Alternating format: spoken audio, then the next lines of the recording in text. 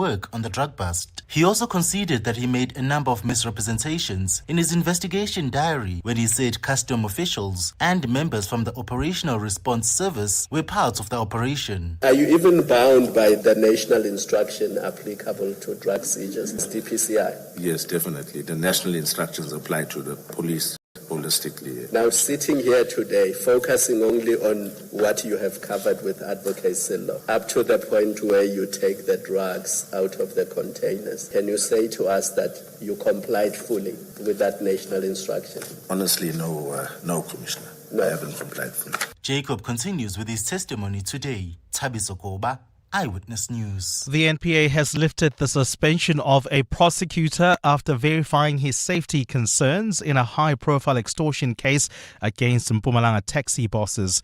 Advocate Mkhulseli Ntaba was being investigated for failing to show up in the Kwaggafontein Magistrates Court last month.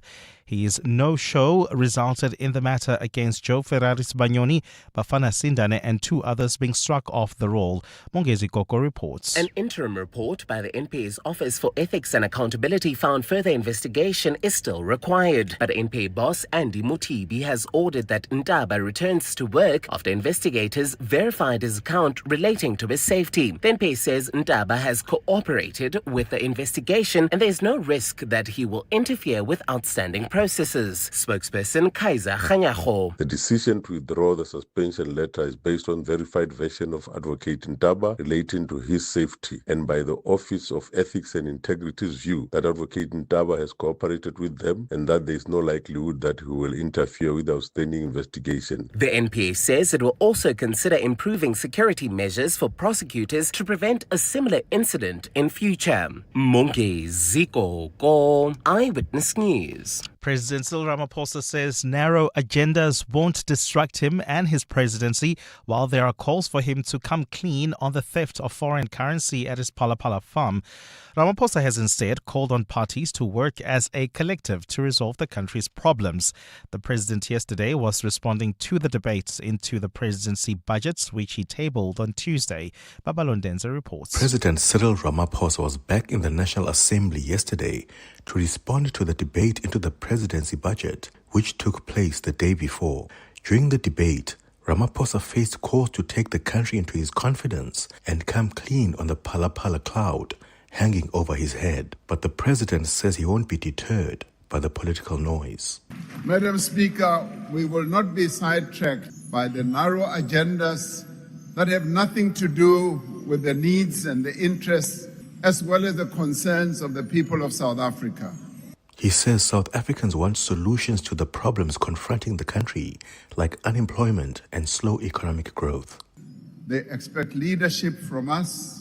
They expect accountability and results. Ramaphosa also noted a few positive reforms, like how passenger rail agency PRASA and Transnet, which were once embroiled in state capture, are now being revived through reforms. Babalondenza, Eyewitness News, Parliament. And the U.S. House of Representatives has supported a resolution seeking to stop American military action in Iran. This is a symbolic move dealing a political blow to President Donald Trump as efforts to find a deal with Tehran stagnate.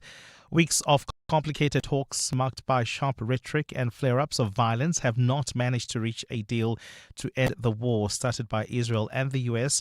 in late February and to reopen the Strait of Hormuz.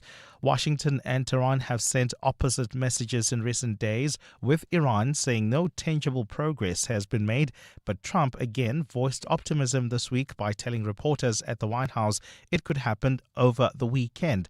Lawmakers from Trump's Republican Party joined Democrats yesterday to vote in favor of the public rebuke. On this vote, the yeas are 215 and the nays are 208. The concurrent resolution is adopted.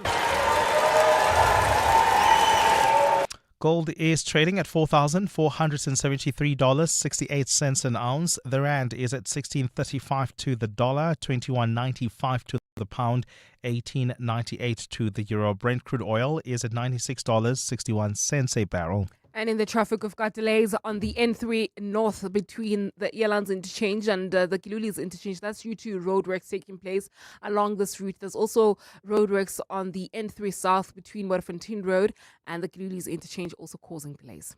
And in your sport world, number one, Arina Sabalenka stunned by Diana Schneider in the quarterfinal of the French Open. Milford FC are favourites to be promoted to the Premiership after a 1-0 win over Magesi.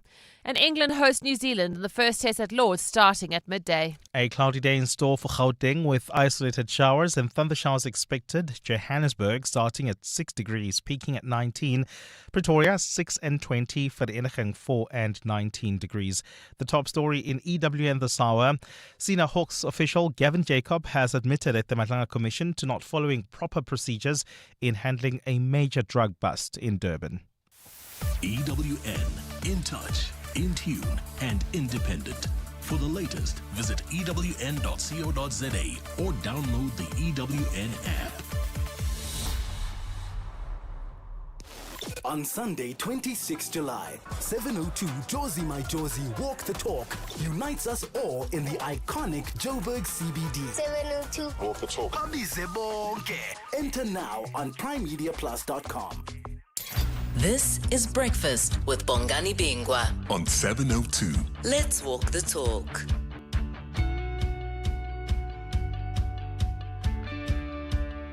Seven minutes after 6 o'clock. It is, of course, a Thursday, the 4th of June, the year of our Lord 2026. It is a Thursday. 1, 2, 3, 4 days in the week down already.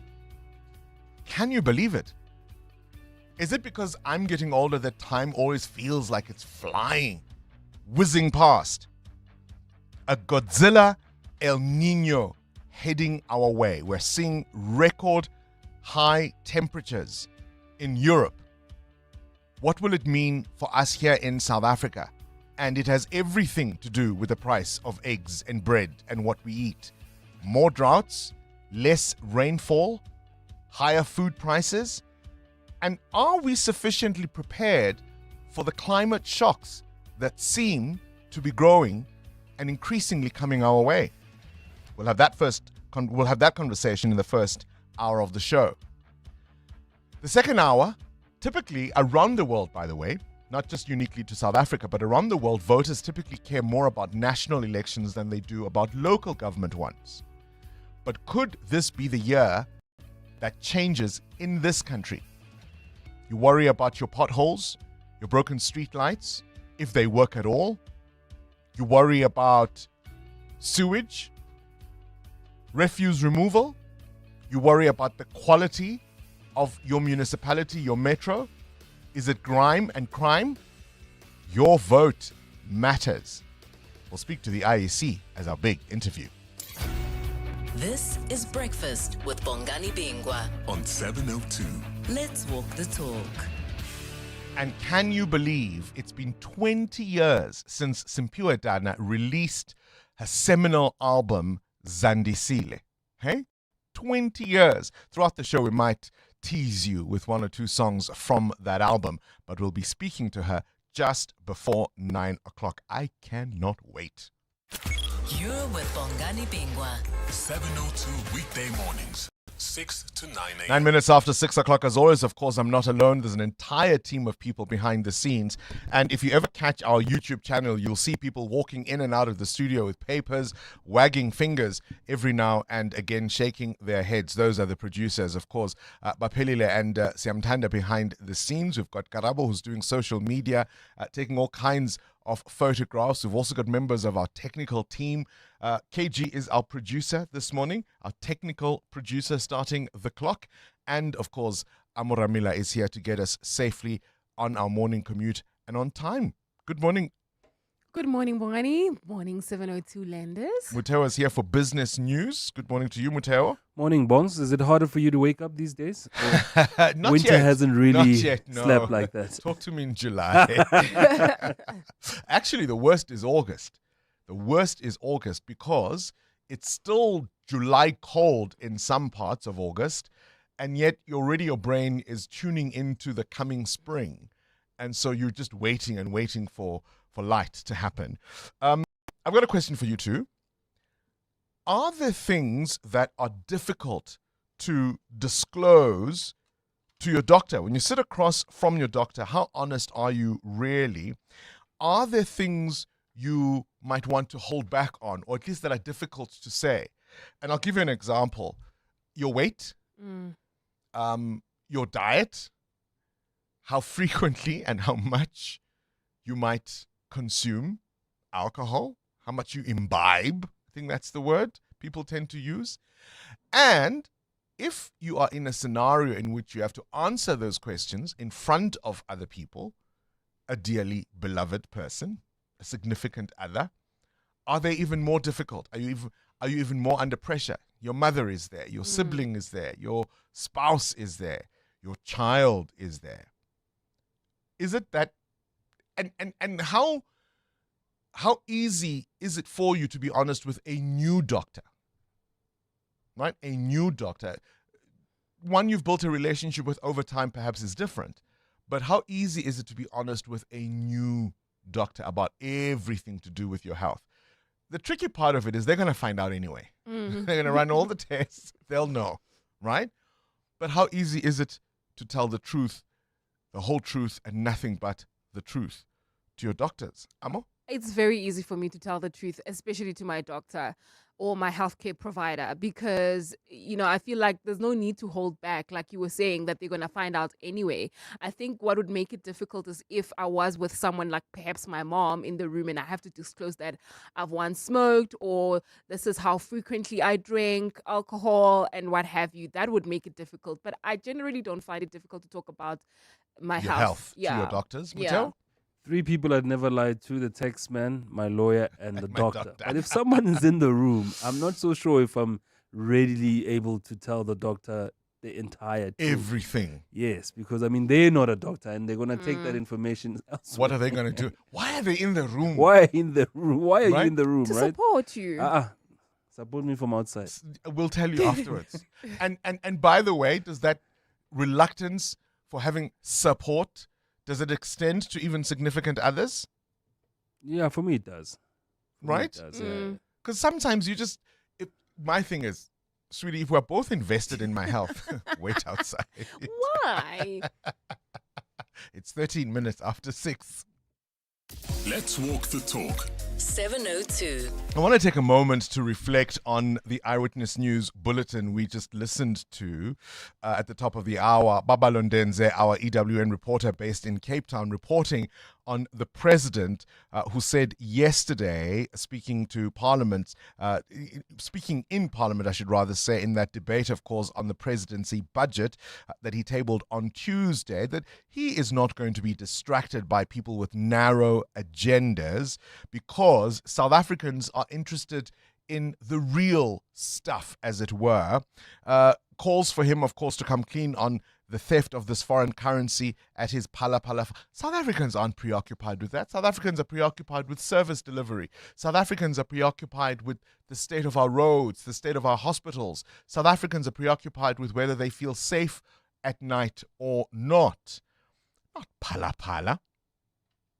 You know a politician is in trouble when they decide what voters care about, when they tell us as voters, as the public, what they think we care about. I think we care about all the things he says we care about, but we also care about Phala. It's not an esoteric curiosity. It is something we want to know about. And there's a delicious cartoon today in the Business Day, and it's got a picture or a drawing of the president speaking at the podium or at a podium. And of course, his prepared speech is about government crackdown on illegal migration and porous borders. But they're quoting him here as saying, "Citizens, I feel your pain.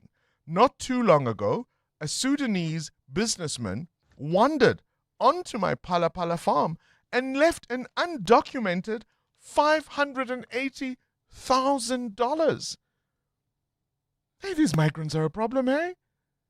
Leaving undocumented, undeclared, hundreds of thousands of dollars in my couch. I know exactly what you are going through." Breakfast with Bongani Bingwa on 702. Let's walk the talk. Don't you love a delicious cartoon? Muteo Haripe, you've got a question of your own this morning? Yeah, I want to know this morning, on a scale of 1 to 10, where where would you rate your sense of ambition? Are you ambitious? They're going to love you for your ambition? Or are you the kind of person who's just fine to go through life? So allow me to confess. I hated when you ask these questions. I was on a date not too long ago. And as one does at that stage, you kind of are in a conversation, you're getting to know each other. And I was asked, oh, so what are you looking forward to the rest of the year? Gang, gang. Yay, I had to think.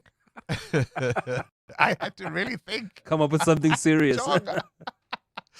and the example I was given is maybe you want to go on a trip somewhere. I was like, I don't think I have the leave days. The fact that they have to give you an example. Jonga, at this stage, I don't even think I've got the sick leave days. You have a long pause.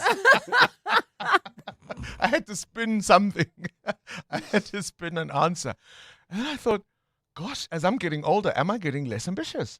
Did that make you feel unserious? The fact that you're fine with the life that you have right now. You're not looking forward to anything. And the thing is, to explain that to someone who doesn't know you, who doesn't have the context of your life, right? Because you do get to a point, not to say that you're settled, but you get to a point where this was the future I was working towards. This was the future. I'm here now. Do you know what I mean? And that's not to suggest that more isn't coming, more isn't on the way. But there is a point where you just go, this is my moment to exhale. This is your ambition. You are leaving your ambition. This is I'm just having a bit of a Amu, where are you? Are you at your I think because I'm a mom, my ambitions also filter towards what I do with them and how I parent them. So right now I'm at a phase where I'm more ambitious about the things that I do with them and where I want to see them. For instance, my daughter is 5. And I've got ambitions for her, like the kind of training I do with her, because I've realized that they're not the same. Her and her brother are 2 different people, completely different. And so sometimes my ambitions are more on my kids than my individual ambitions. And I think it's just fair because I'm a parent. And that's good enough, right? That's good enough. Having an idea of where you want your kids to go is a good enough ambition. So, yeah, Muteo. 702. Weather. Making me say things. How dare you? 18 minutes after 6 o'clock. A cloudy day in store for Gauteng today. There are some isolated showers and thunder showers expected. Temperatures a little lower than we've seen earlier in the week. Joburg and Vereeniging peaking at 19 degrees. Johann Pretoria will be 20.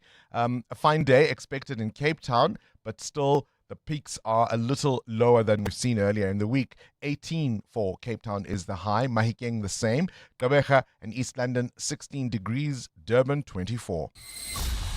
EWN traffic. 19 after 6. Let's look at the roads. Amo, what are you seeing? Well, Bongani, we've got major roadworks taking place on the N3 North. This is causing delays between the Elands interchange and the Kilulis interchange.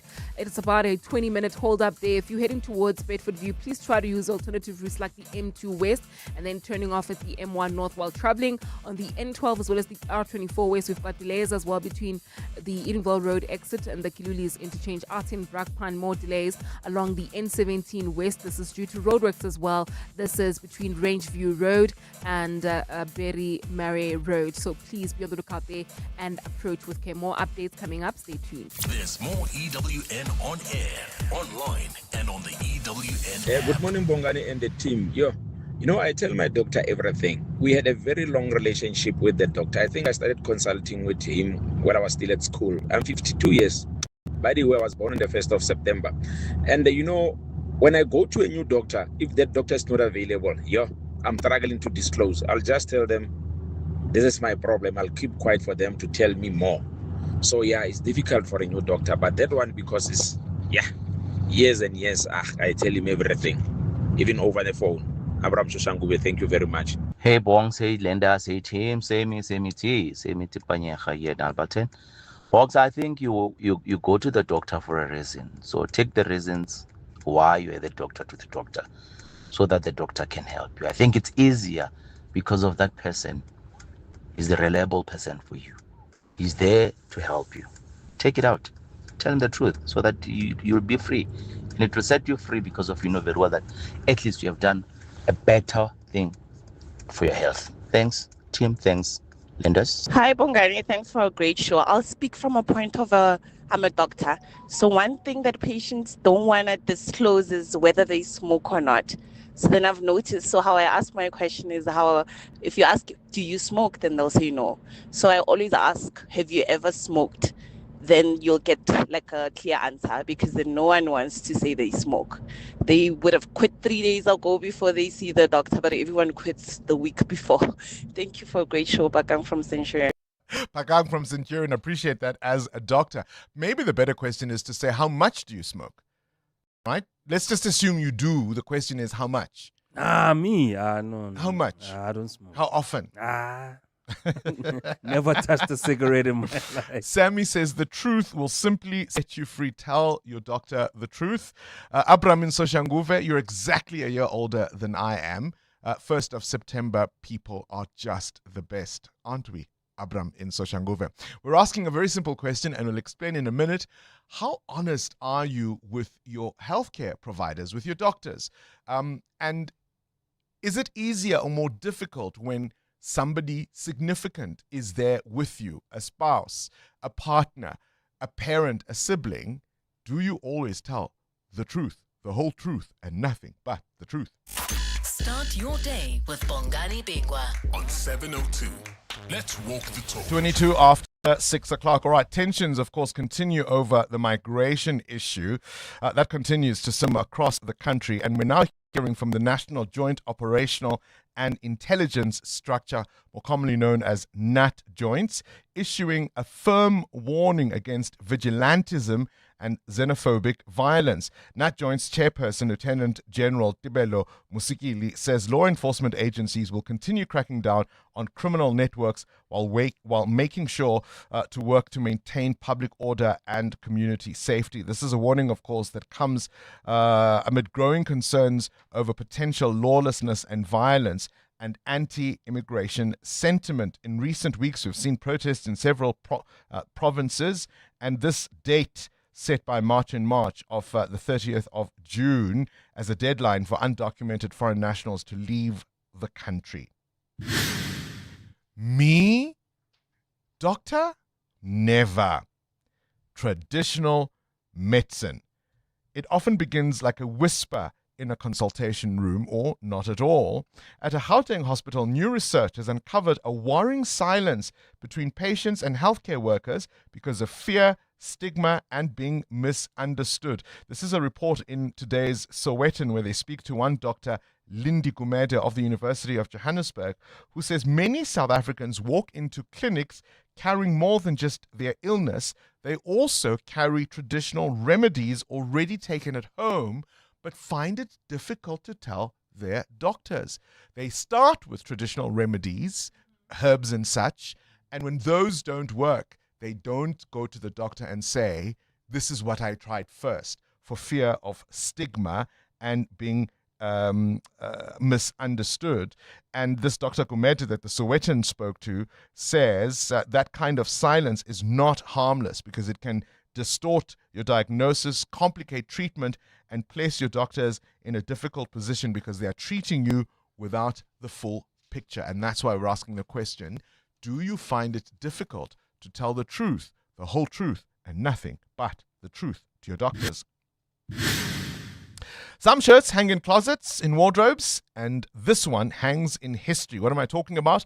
The iconic blue number 10 jersey worn by Brazilian football legend Pelé during the 1958 World Cup. It's being put up for auction and is expected to shatter records as one of the most valuable pieces of football memorabilia ever sold. I'd love to know, and I've asked this question before, do you have any item memorabilia from anyone famous? Maybe you've got, a signed bat by the 1999 Hansi Cronje World Cup squad or something like that. Maybe you've got a Springbok jersey signed by the 1995 squad. What piece of sport, cultural, entertainment memorabilia do you own, Amo? I've got a tennis ball signed by the Serena Williams. Yes, you've told us the story again. Yeah. Remind me, they were playing in Soweto, were they? No, they were not playing in Soweto. They had an exhibition match here in Sandton. Nelson Mandela Square. Nelson Mandela Square, yes. And Yes. she came to just meet fans and people before the match, and she signed my ball. And what did you do with the ball? I kept it. Is it framed in a glass? No, it's not framed. Hi, I think I Amo. should do that. What if you lose it? I think I should do that, actually. But I have it. It's there in my house. When last did you see it? When we were moving. Did you touch it? Do you look at it? Or do you worry that if you touch it, And no, you'll- I you'll touched remove it, and the ink? signature is still there, because it was used. She signed it with a permanent marker, so it's Have still you seen there. it after the move? Mm-hmm. Okay. Okay. I'll look for it. And When are we coming to your house again? On this day, 1937, a simple invention quietly sparked a revolution.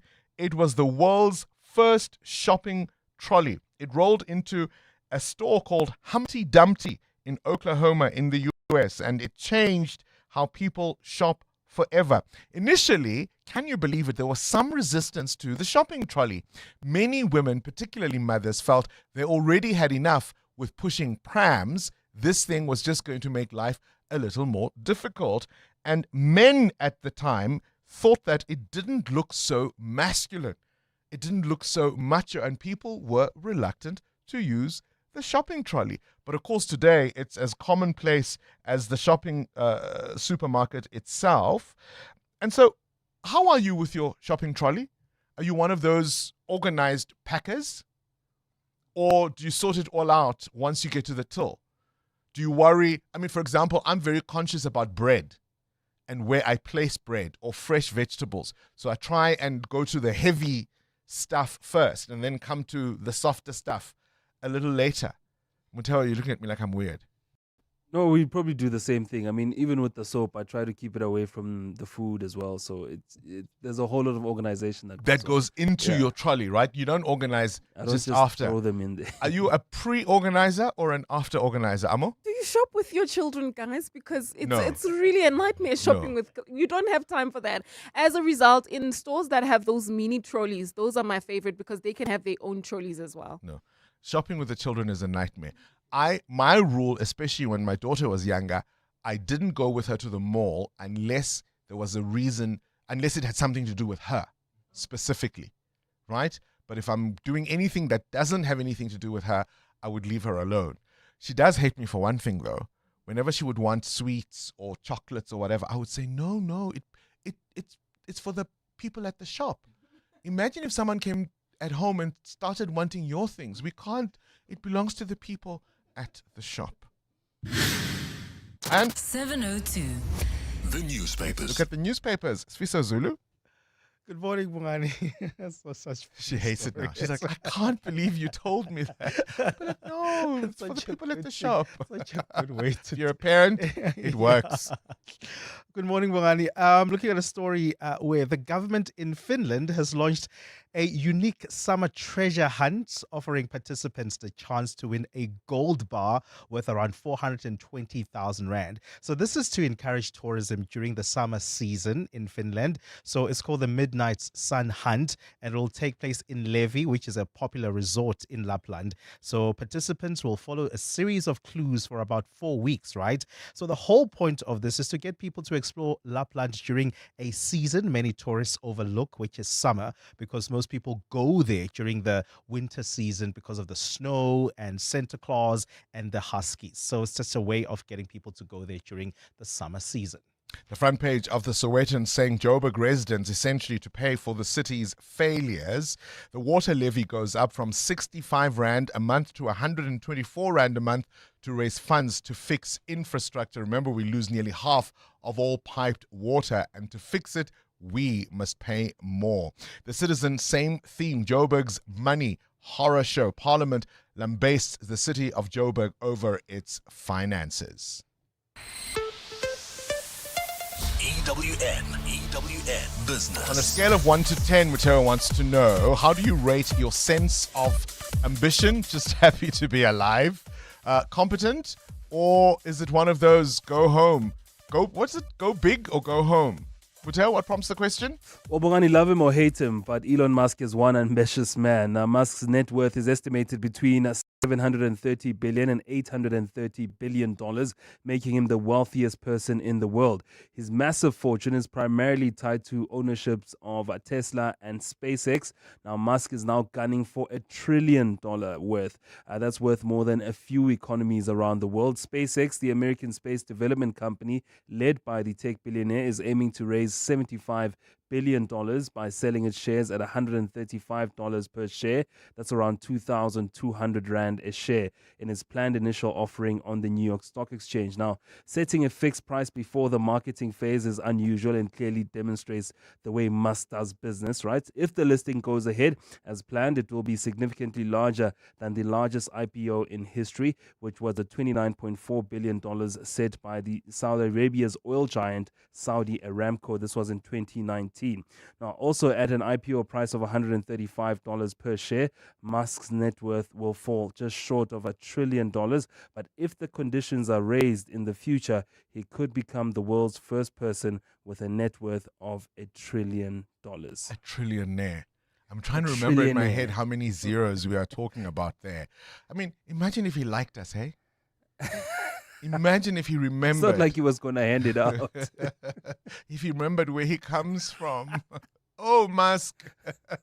Nina. Malume. Uncle.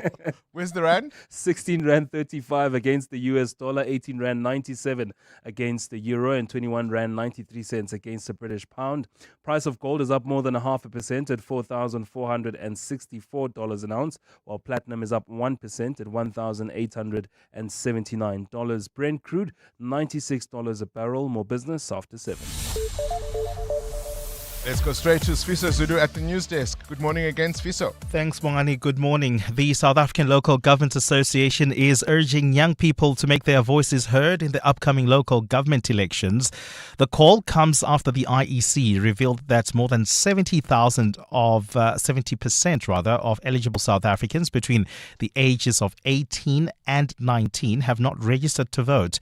SALGA spokesperson Modala Mudiba says several factors may have contributed to the low registration among this group. It's important that those issues that are a source of concern, perhaps poor service delivery and other issues, that they are matched by civic participation. And therefore, we would urge young people that they must use their voice during these coming local government elections, that the right to vote was hard-won through sacrifice. He's urged young people not to take the opportunity to vote for granted. We should always cherish that voting is a constitutional tool for accountability. The best way for the citizens to express themselves if they are unhappy about the level of delivery that they are seeing is to actually actively participate in this process now to elect the next set of leaders that are going to then take local government forward. The Western Cape government has pledged its support to police efforts to bring those responsible for the deadly attacks on Mozambican nationals in Mossel Bay to justice.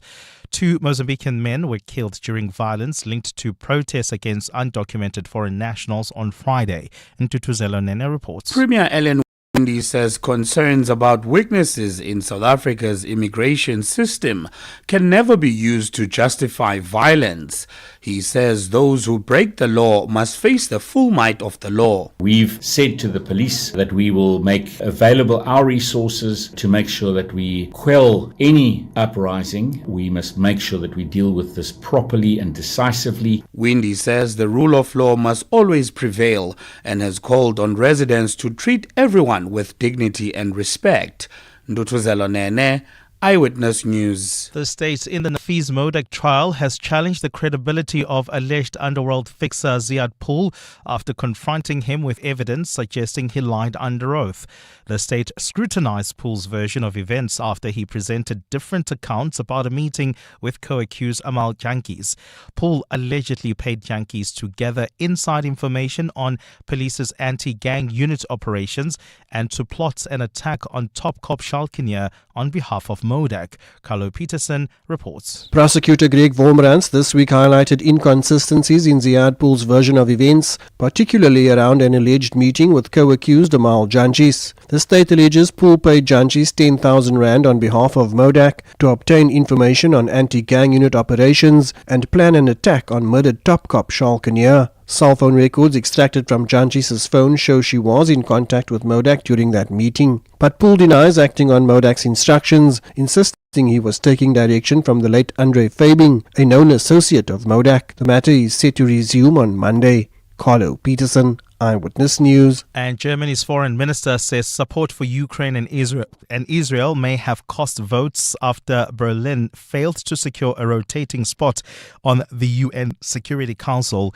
Johan van der Poel described losing out to Portugal and Austria as a bitter defeat after a vote on which countries would become one of the 5 new members of the council was held last night. Van der Poel says Russia does not want Germany's voice at the Security Council. He also, in part, blamed his country's late entry into the race for the 2-year term on the Security Council. Russia has not responded to the accusations. It lobbied against Germany's membership. A cloudy day in store for Gauteng with isolated showers expected today. The temperatures will peak at highs between 19 and 20 degrees. And in the traffic, we've got an accident as you leave Benoni along the N12 West. It happened near Snake Road. It's causing heavy delays. There's also queuing traffic along the N3 North. In fact, bumper-to-bumper traffic between the Elands Interchange and Van Buren Road due to roadworks. The top story this hour, young people are being urged to make their voices heard in the upcoming local government elections. Let's hear from Al, owner of Johnson's Cable, why it pays to switch to Outsurance Business Insurance. I thought it was going to be difficult to switch to Outsurance Business Insurance. Switching was so quick and easy. I'm happy with the premium that I'm paying now. For electrical, tradesman services and all other businesses, get a quote today and see why it pays to switch to Outsurance Business Insurance. Visit outsurance.co.za or call 08600 60,000 today. Licensed insurer and FSP. TCs and information online. Hi South Africa, I'm Michael Owen. If you appreciate world-class sport and a great occasion, the Hollywood Bets Durban July is the place to be. The theme for 2026 is Country Allure, which sees the rustic style of the countryside meet the cosmopolitan cool of the city. On Saturday the 4th of July, it all comes together at Hollywood Bets Greyville, Africa's greatest horse racing and social event. I'll see you there.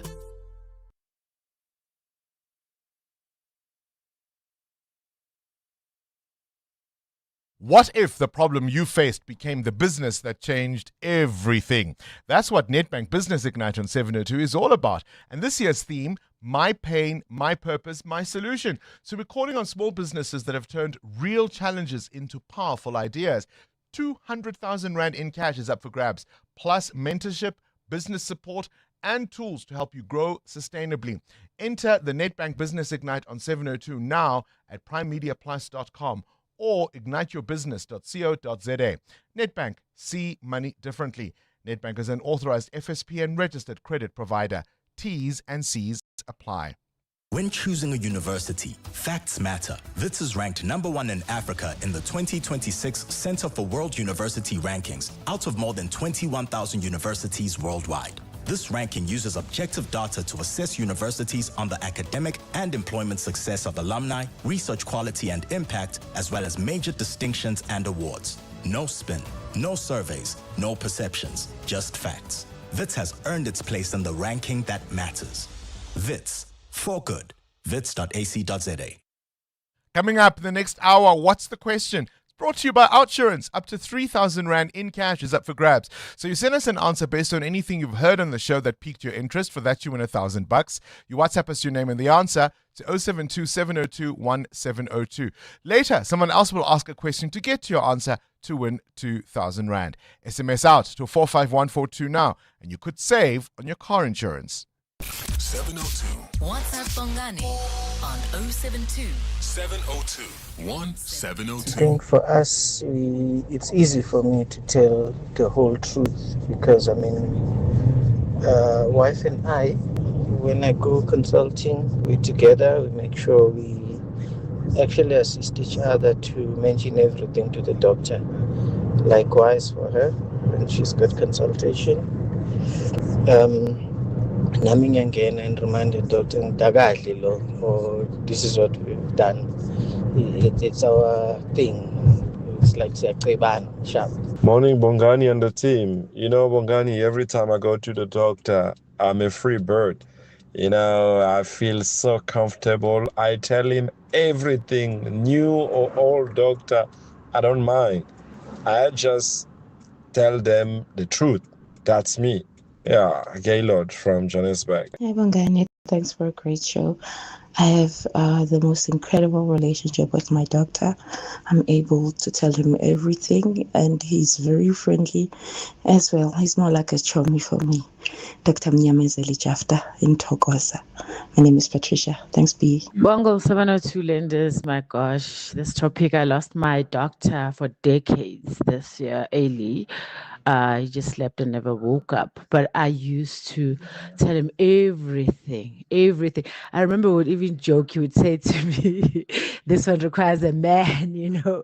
So yeah, I would literally just be open. We would always do WhatsApp, and he was an elder, I think it was 72, 75, somewhere there.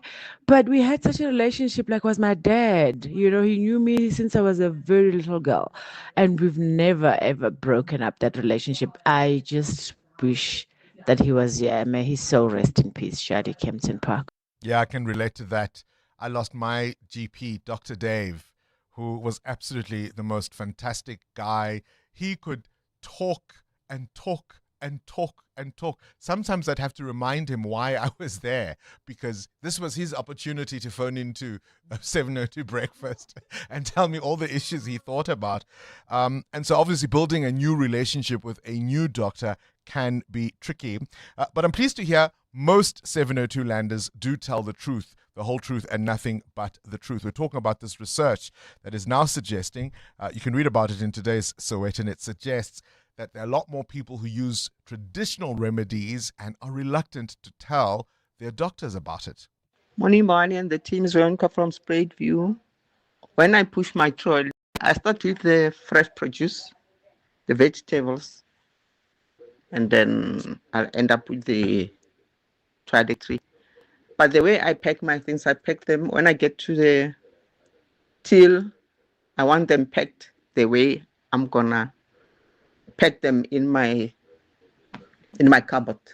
So what I'll do, I'll say I need a plastic bag for cold stuff, and then I take out the other stuff, and then the toiletry will be the last. So that when I pack them in my house, I don't have to be looking for my butter or my vegetables. I want them packed the way I'm gonna pack them in my thing. EWN Sport. Also on this day, Cindy Paluta, the mighty trolley, the shopping trolley, came out for the first time in 1937. Moms were reluctant to use it because they thought they already had prams to push. Now this new thing, and apparently men didn't think it was very masculine. And now, of course, it's as common as the supermarket itself today.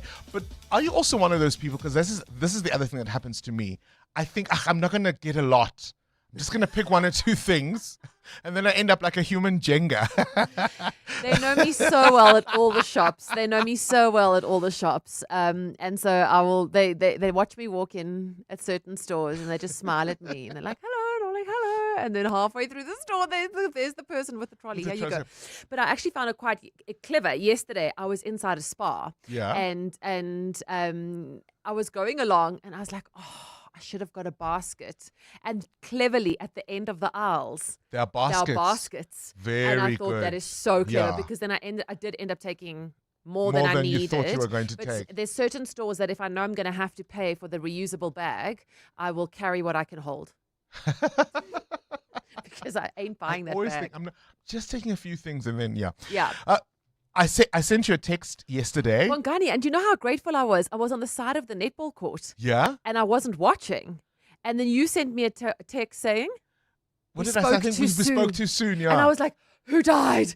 Who died? Really? And I straight away went on Twitter, and what did I see? Sabalenka. Sabalenka out. For me, what was extraordinary was she was cruising. When I left the house to go to the netball match, my husband arrived home.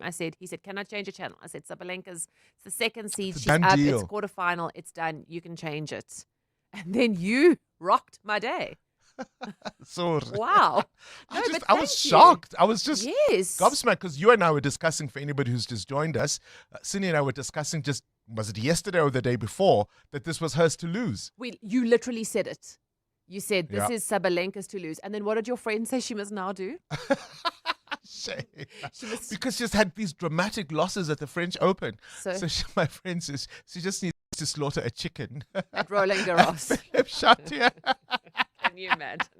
Well, it is the big upset of yesterday and the big talking point, and it really did get tongues wagging because the world number one, Aryna Sabalenka, looking in absolute sublime form, was knocked out in the quarterfinals after winning the first set 6-3, and she was 4-1 up in the second, looking in control against Schneider. She then lost 12 of the final 13 games, losing 3-6, 7-5, and 6-love, and then she gave the press even more to talk about. No thoughts, no emotions. Just want to quit tennis right now, but we'll see. We'll see in a few days. Hopefully I'll get back on track mentally. Schneider will play Swalinska in the semi-final today after Andreeva has played Kustyek. On the men's side, the fourth seed Agela Sim knocked out by Flavio Cobolli in 4 sets. Cobolli will play Arnoldi in the semi-final. Arnoldi advanced after Matteo Berrettini retired from their match. Berrettini lost the first set and trailed 5-2 in the second when a hip problem forced him to end the contest early. I think if I kept playing, I would have done way worse, and probably the recovery time would have been longer. So there was, unfortunately, I didn't have any other choices than retired. 1 week to go to the start of the FIFA World Cup, but at home, there's still that battle for the promotion to the Betway Premiership. We've almost forgotten about it. Yesterday, Milford beating Magesi 1-0. Kanyisani Radebe came off the bench in the 88th minute and scored 6 minutes into extra time to give Milford 2 wins from 2. They host Cape Town City on Saturday. In selected World Cup warm-up matches yesterday, Algeria beating the Netherlands 1-0. Nigeria held by Poland 2-2. Denmark goalless with Congo, and Bafana will be in action tomorrow in their warm-up game with Jamaica. In cricket today, England's hosting New Zealand in a first test at Lords. That starts from 12. Pakistan will play Australia in the deciding third ODI. Yesterday, Sri Lanka thrashed the West Indies by 41 runs in the first ODI. Cindy Paluta, Eyewitness News Sport. Smart Steve from Momentum. Hello. Steve, you moved to Momentum. Congrats. Thanks. It's Tasha. Listen, the fast-paced life in Josie just isn't working for me. I'm migrating to the Cape. What does that have to do with life insurance? Well, you know I love a glass or 3. And I want to age as graciously as a smooth Merlot, not a box of Car Bordeaux. Naturally. And I need my critical illness cover to pair with those chill vibes. Of course. With Momentum, you get the most comprehensive critical illness cover in the market. You could say it's a full-bodied offering. I'll toast to that. Chat to your financial advisor about Momentum's critical illness cover. Momentum, protecting your journey to success. Momentum is an authorized financial services and registered credit provider. T's and C's apply. Your office is more than just a place to work. It's a reflection of your success. At Desk and Chair, we help you elevate your workspace with locally manufactured desks and a wide range of chairs to suit your style and budget. Our expert consultants are with you every step of the way, from planning to delivery and assembly. Visit our showroom in Midrand or shop online at deskandchair.co.za. Desk and Chair. Think, feel, work better. Still shopping around for a saving here and a deal there? Choose Checkers, SA's #1 in value supermarket, and save on deals like Nescafe Gold Instant Coffee, 200 or 220 grams for $149.99. Save 50 Rand. Cadbury Chocolate Slabs, 150 grams, any 2 for 79 Rand. And Lovey's Ultra Value Pack Disposable Nappies for $149.99 per pack. Valid until 7 June. Only at Checkers. The Brainy Kids of the Whiz Quiz on 702. Hi, my name is Langalisha Semelani. I'm 12 years old and I go to Maranatha Christian School.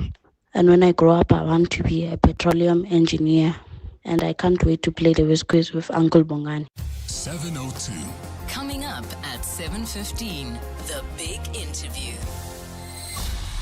EWN Traffic. 10 to 7, the CWN Traffic brought to you by Outsurance. SMS out to 45142 now.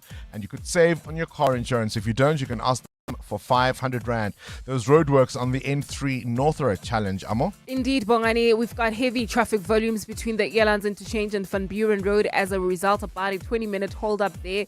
Please be on the lookout and try to avoid. While traveling on the M1 North in the Houghton area, we've got an accident right after Houghton Drive. It's causing heavy traffic volumes right at the Killarney Bends. More updates coming up. Stay tuned. There's more EWN on air, online, and on the EWN app. Things people stress about in traffic. Number 47. Did I turn the iron off? Oh, the inner turmoil. Well, with the Outsurance pointsmen on your route, at least the traffic is one less thing to stress about. The Outsurance pointsmen have been easing traffic congestion so we all get to where we need to be quickly and safely for the past 20 years. With Outsurance, you really always get something out. In partnership with 702, Outsurance is a licensed insurer and FSP. Joburg is more than just a city. It's an energy that connects us all. That's what makes this one so special. In 702, Josie My Josie Walk the Talk, hosted by the City of Johannesburg. Enter now on primemediaplus.com. Chamberlain is now in the 4th generation and at 10 locations throughout Gauteng.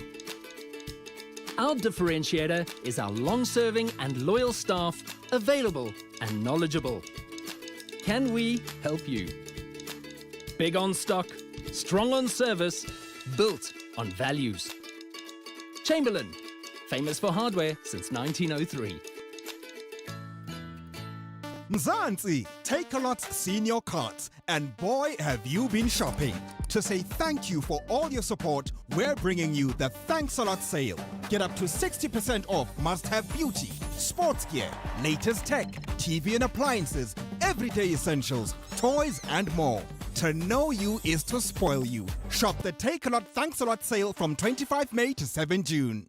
If your dog groomer was becoming too expensive, you'd switch, right? So why pay more for car insurance? Switching to Outsurance saved 40-year-old Rafiq an unbelievable 899 Rand on his 2017 Navara 4x4. Get a quote now, and if Outsurance can't save you, ask for 500 Rand or even 1,500 Rand if you've been claim-free with the same insurer for 3 years. Why wait?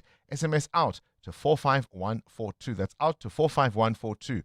Outsurance is a licensed insurer and FSP. Who is the whizziest of them all?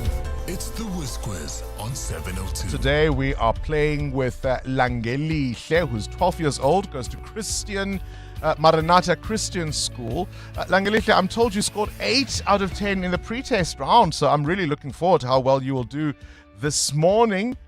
Are you ready to play with us? Yes, sir. Yes is the confident answer. Good luck to you. Langelihle, I'm going to need you to speak a little louder, hey? Yes, sir. Just speak up a little bit more, a little louder. Yes, sir. There we go. Want to make sure we hear everything you say. All right, KG, start the clock. Which Disney movie is set in the fictional African kingdom of Wakanda? Pass. Black Panther. What is 9 times 9? 81. Correct. What is the name given to animals that only eat plants and vegetables? Are they herbivores or carnivores? Carnivores. Herbivores. True or false? Japan's flag consists of a red circle on a white background. Sorry? True or false? Japan's flag consists of a red circle on a white background. True. Correct. In which country do most of the world's pandas live? Pass. China. On which island was Nelson Mandela imprisoned for the majority of his 27-year sentence? Robben Island. Correct. In which city would you find the Eiffel Tower? Paris. Correct. In rugby, how many players of a team take part in a scrum? Is it 8 or 10? 10. It would have been 8. 8 was the answer we were looking for. A bit of a rough round there for you, Langelihle. But guess what?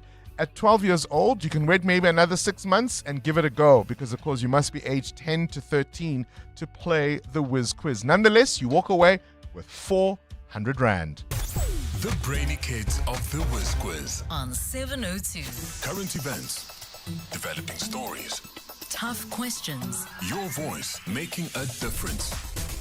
This is Breakfast with Bongani Bingwa. A Godzilla El Nino is being called, heading our way. Scientists are warning that powerful El Nino weather pattern could develop later this year, and they're saying it has the potential to be one of the strongest we've seen in decades. What begins perhaps thousands of kilometers away in the Pacific Ocean could have an impact right here in southern Africa.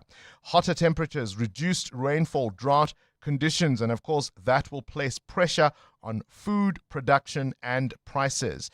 Joining us to discuss this issue, we are joined by Professor Neville Swade, who joins us from the University of Stellenbosch, the Access Director for the School of Climate Studies. Very good morning to you, Prof, and thank you for your time. Good morning, Bongani. El Nino, of course, isn't a phenomenon we are hearing about for the first time, but what makes this one, this time around, stand out? Well, the models that are used to predict El Nino are showing that the departure from normal, in other words, how strong the El Nino is going to be, excuse me, is predicted to be quite unusual and very strong on the scale of weak El Ninos to strong El Ninos. So this is a very, very strong event that's predicted to happen, a big departure from average. Let me actually not assume people might know. Perhaps let's start there. Why don't you define what an El Nino event is in the first instance, Prof?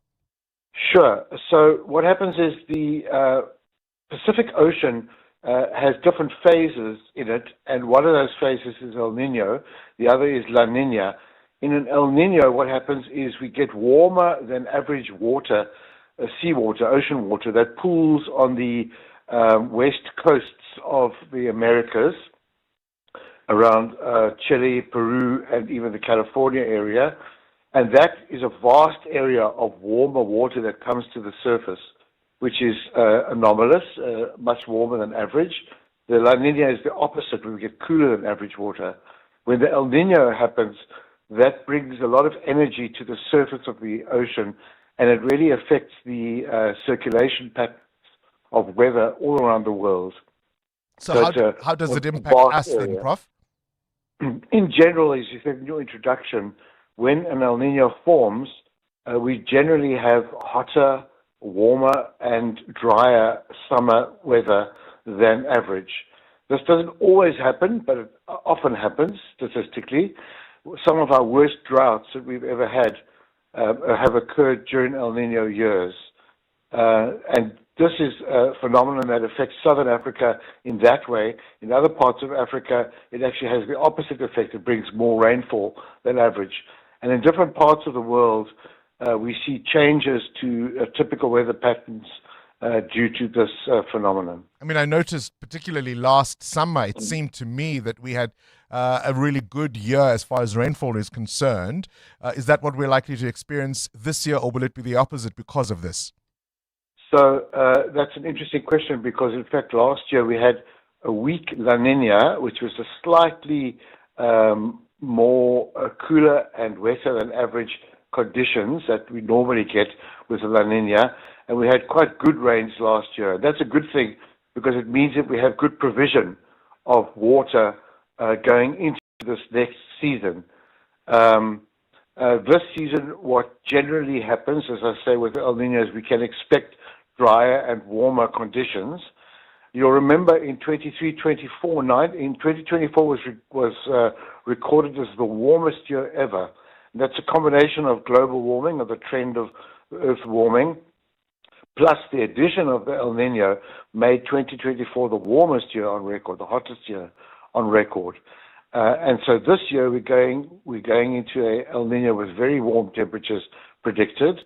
And so what we are really concerned about is very warm conditions. We can't really say yet with absolute certainty that it's going to be drier than normal, because sometimes that doesn't occur. But we must prepare for such an eventuality. I suppose that's my last question, is how ready we are to deal with climate shocks as sort of unusual patterns continue to occur.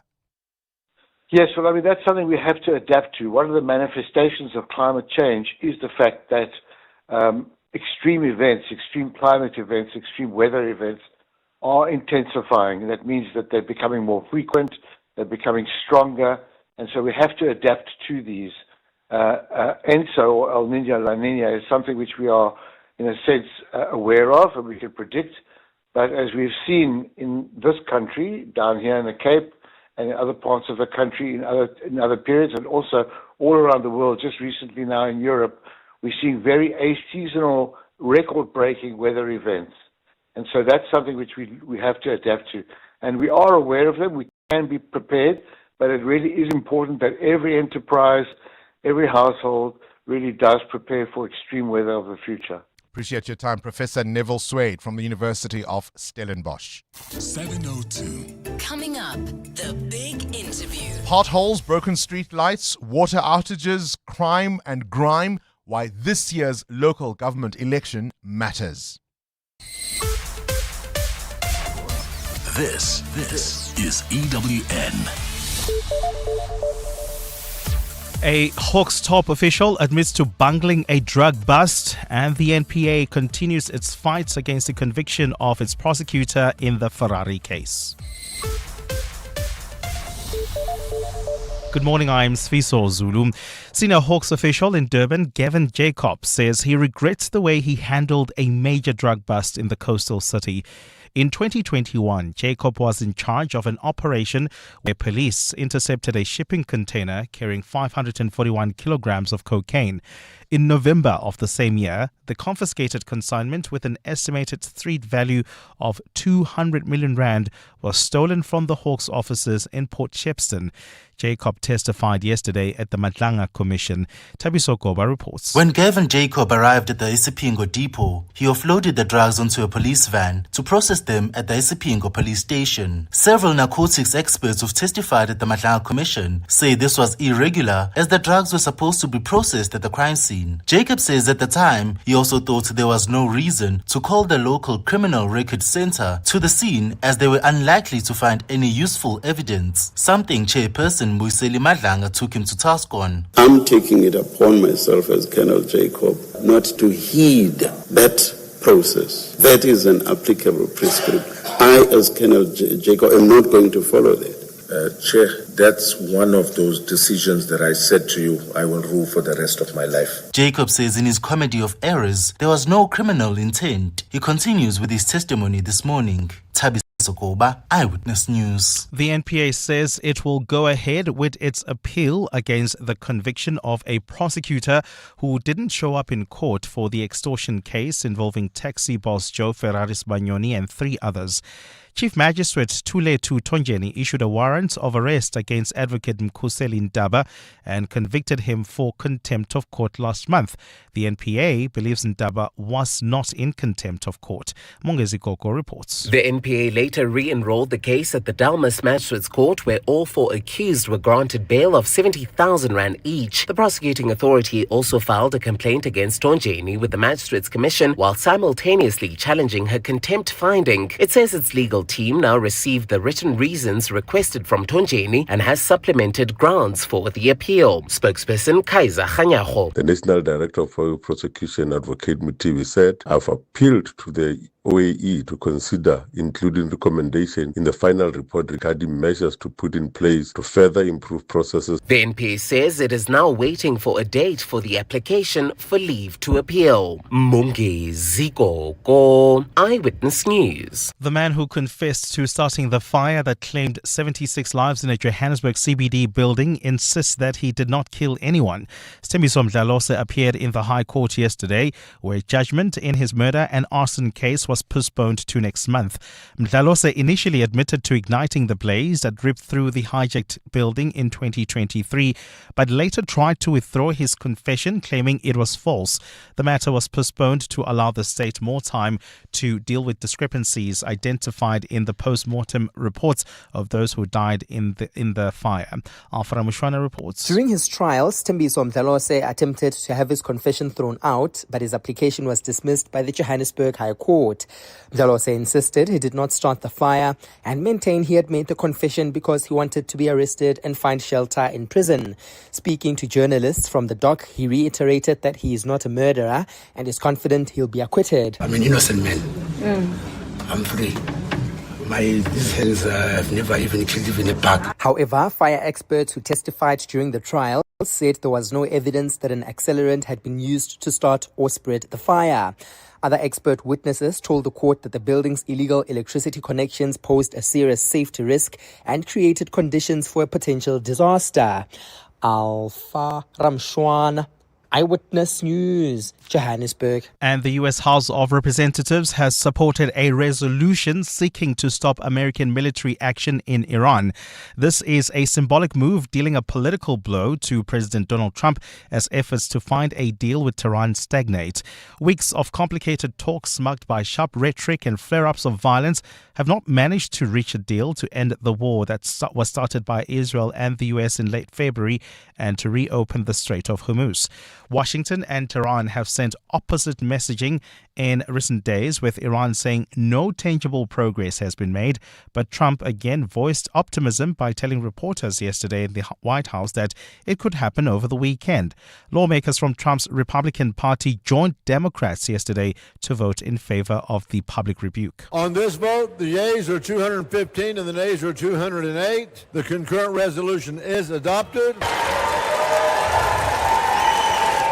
Gold is trading at $4,473.68 an ounce. The rand is at 16.35 to the dollar, 21.95 to the pound, 18.98 to the euro. Brent crude oil is at $96.61 a barrel.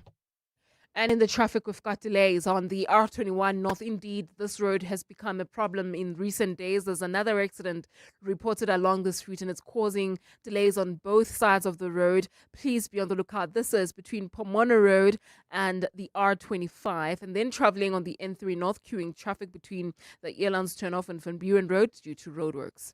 In your sport, world number one Arina Sabalenka says she feels like quitting tennis after yesterday's Roland Garros quarterfinal loss to Deanna Schneider. And Milford beat Magesi 1-0 to make it 2 wins from 2 in the promotion relegation playoffs. A cloudy day in store for Gauteng with isolated showers and thunder showers expected. Johannesburg is at a low of 6 degrees, peaking at 19. Pretoria 6 and 20, Vereeniging 4 and 19 degrees. The top story in EWN this hour.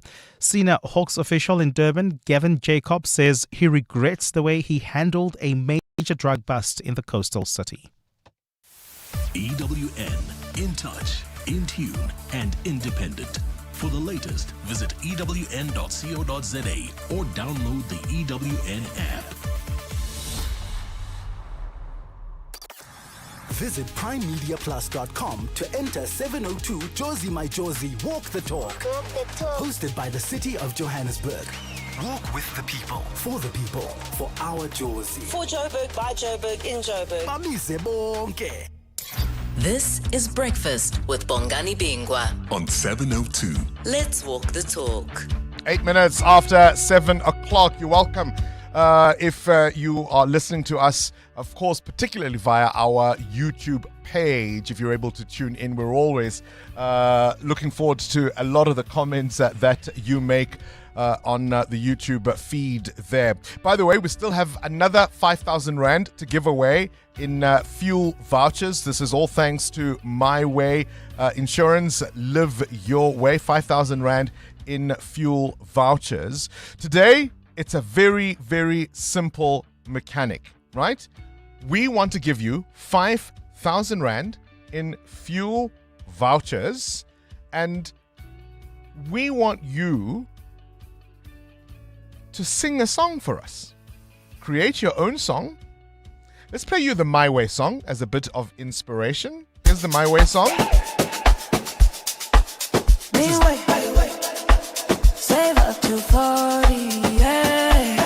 So this is their song. You must send us a voice note to 072-702-1702 where you've created your song, and your song has to feature the words My Way. Your song has to have the words My Way. And if we like it, you could win 5,000 Rand in fuel vouchers. This is Breakfast with Bongani Bingwa on 702. Let's walk the talk. And then a little later on in the show, we have a special guest. Simpiwa Dana is going to be talking to us a little before 9.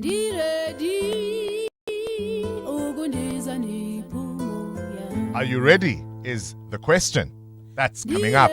You're with Bongani Bingwa. 7:02 weekday mornings, 6 to 9 a.m. What you need to know at this hour, the Kenyan President William Ruto is set to undertake a state visit to South Africa. He's being hosted, of course, by President Cyril Ramaphosa at the Union Buildings. And it's a visit that is aimed at strengthening bilateral ties between two of Africa's major economies and will include discussions on key issues, including immigration-related protests. On this day in 1917, the first Pulitzer Prizes were announced, launching one of the world's most prestigious awards in journalism and literature. The inaugural winners included Herbert B. Swope, who reported and, of course, won in the journalism category, and Jean-Jules Jusserand for his book With Americans of Past and Present Days. The awards established through the will of publisher Joseph Pulitzer to promote excellence in journalism, literature, and public service.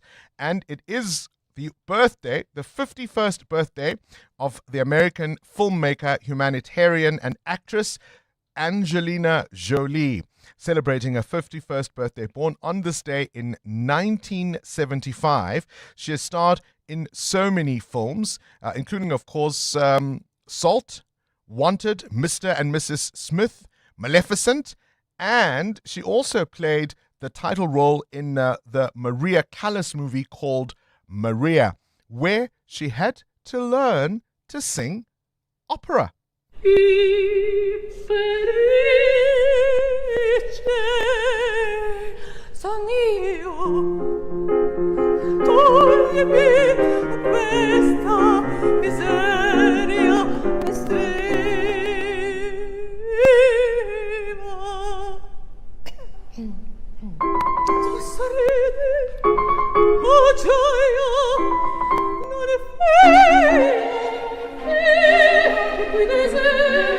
That is, of course, Angelina Jolie singing opera, and she has spoken about the process to learn how to sing opera. I was terrified, but I think, it's a gift as an artist, and I know you felt this going into your film as well. When you're just not sure you're able to do it, you're not sure you're good enough, the challenge is set, and you feel small. It's a gift for an artist. Mm-hmm. So I felt that. Pablo knows opera, was going since he was a little boy, loves the art form, takes it very seriously. He was made sure I had the right teachers, Italian classes, opera singing, body, breathing. During the filming, we had pianos wherever I went and classes day and night and breaks in between the arias.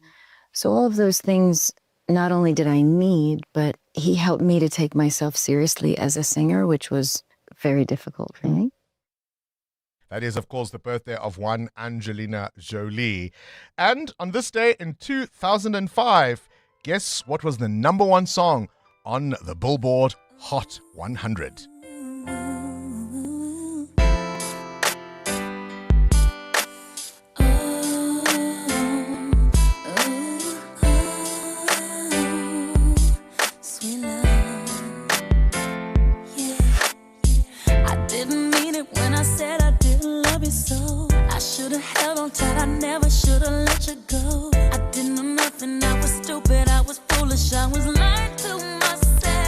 Mariah Carey, it is, of course, the song of the decade. It spent 14 weeks at number one, Billboard naming it the song of the decade, listed as the 15th most popular song of all time on the Hot 100.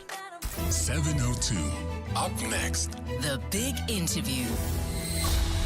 EWN Traffic. Up next, we speak to the IEC on why your vote matters. At 14 after 7, this EWN Traffic is brought to you by Outsurance. SMS out to 45142 now, and you could save on your car insurance. If you don't, ask them for 500 Rand. There's a crash on the R21 North. Amo, what's going on? That's correct, Bongani. This is in the Kempton Park area, right after Pomona Road. It's causing heavy traffic volumes. The R21 South is also affected as a result of this scene. Then if you're traveling on the N3 North, please be on the lookout for those long-term roadworks taking place between the Elands Interchange and Van Buren Road, causing heavy traffic volumes. There's also queuing traffic. In fact, peak time delays along the M1 North between Boysons Road and Empire Road. More traffic updates coming up.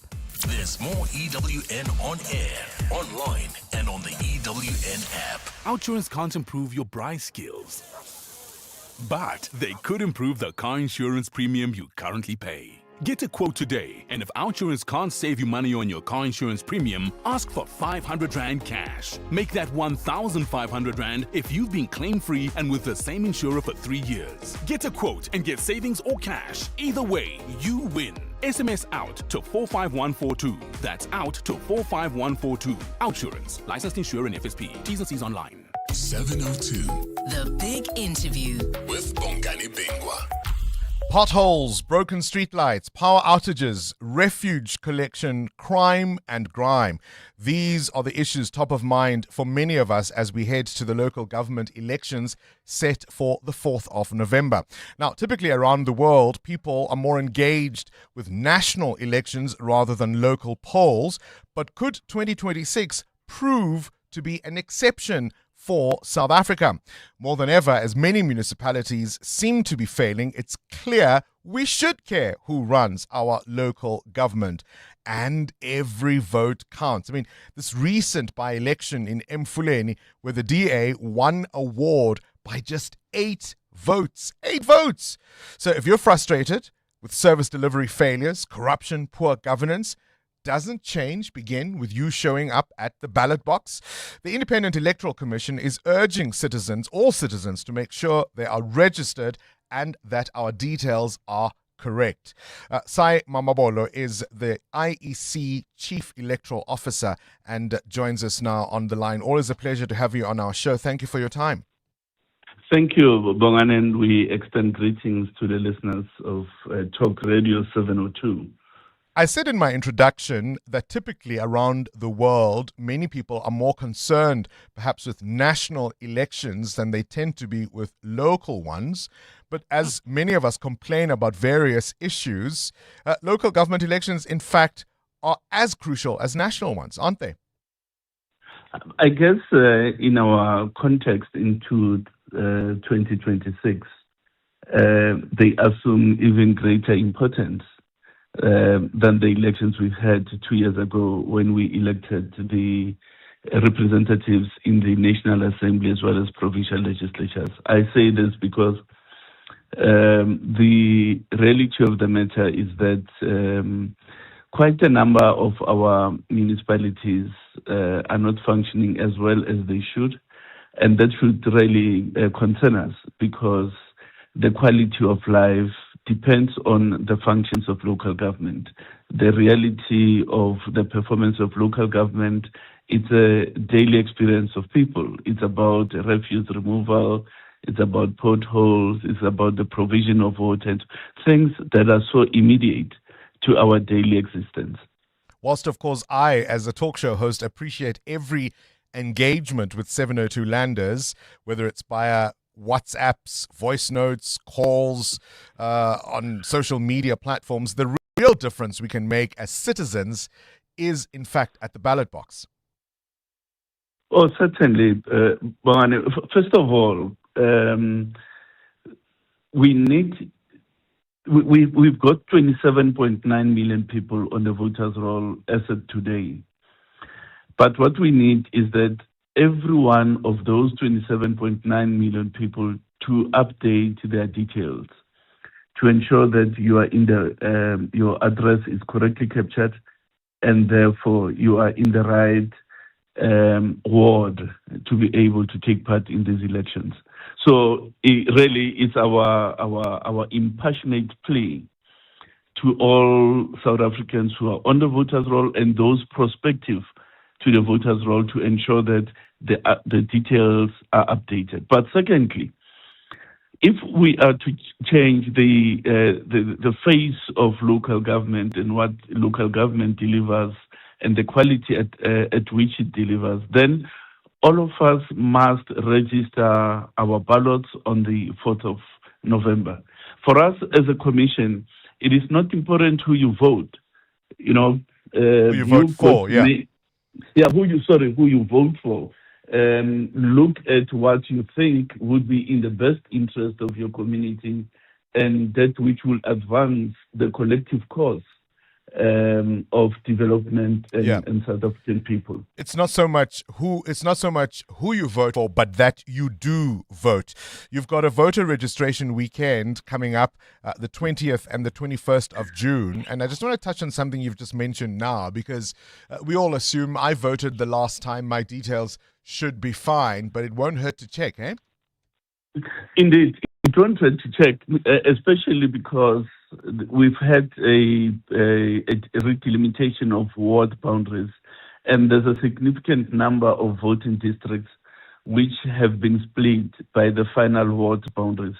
So we have had to do remedial work, and by remedial work I mean deciding what to do with the split portions. In some instances, we've created new voting districts, whereas in other instances, we have joined those split portions with the existing voting districts. So it is quite crucially important that everybody checks, updates their address, and by so updating, you are re-registering yourself according to the new ward configurations.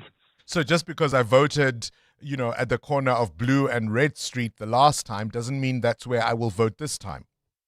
Indeed so. It doesn't necessarily mean that you're going to be voting there. Plus, some voting stations may have changed. You may have voted in the tent in the last election, and there may have since been a permanent facility that came on board. And there would be a relocation in those circumstances of the voting station. All right, where do I check? Yes, there are at least four channels through which you can check. 0800 11 8000, that's the contact center. You can check on the website. You can send your ID number to an SMS number 32810. And maybe I must just say the contact center's number is 0800 11 8000.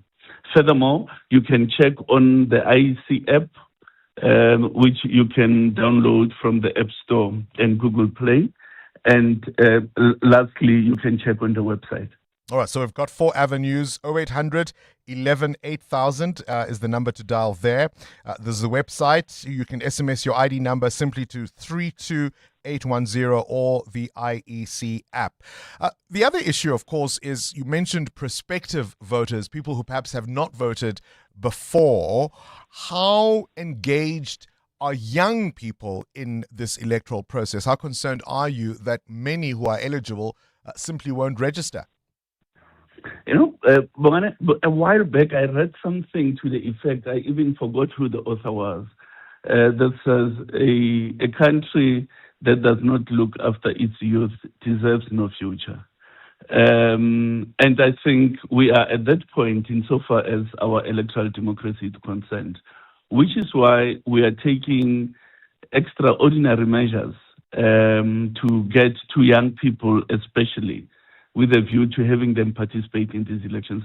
So here are some of the initiatives. Firstly, we are in tertiary education campuses throughout the country. We've appointed young persons in those campuses who are doing voter education to their own peers and who are also responsible for registering them to be on the voters' roll. We are also partnering with the Department of Basic Education. We are in schools. We're running a schools democracy program, and there we're partnering further with the Department of Home Affairs insofar as the provision of identity documents is concerned. We've launched a podcast, again, targeting young persons because that's the medium through which they receive public information and so on. And lastly, we launched just last night a youth program on SABC1 called Beats for My Peeps. It's really a culture-based, musical, youth-focused program that talks voting in a manner, style, and language that speaks to young persons. 70%, I understand, of young people who could vote are not registered to do so? Yes, and that is precisely what informs our concern, and which is why all this huge public investment into this program that I've just outlined. How do you deal with people who feel so frustrated, either with service delivery or, in the case of young people, unemployment, for example, that they say they will choose not to vote in protest? Does that work? It doesn't work. It's an option. It's a constitutional option, indeed.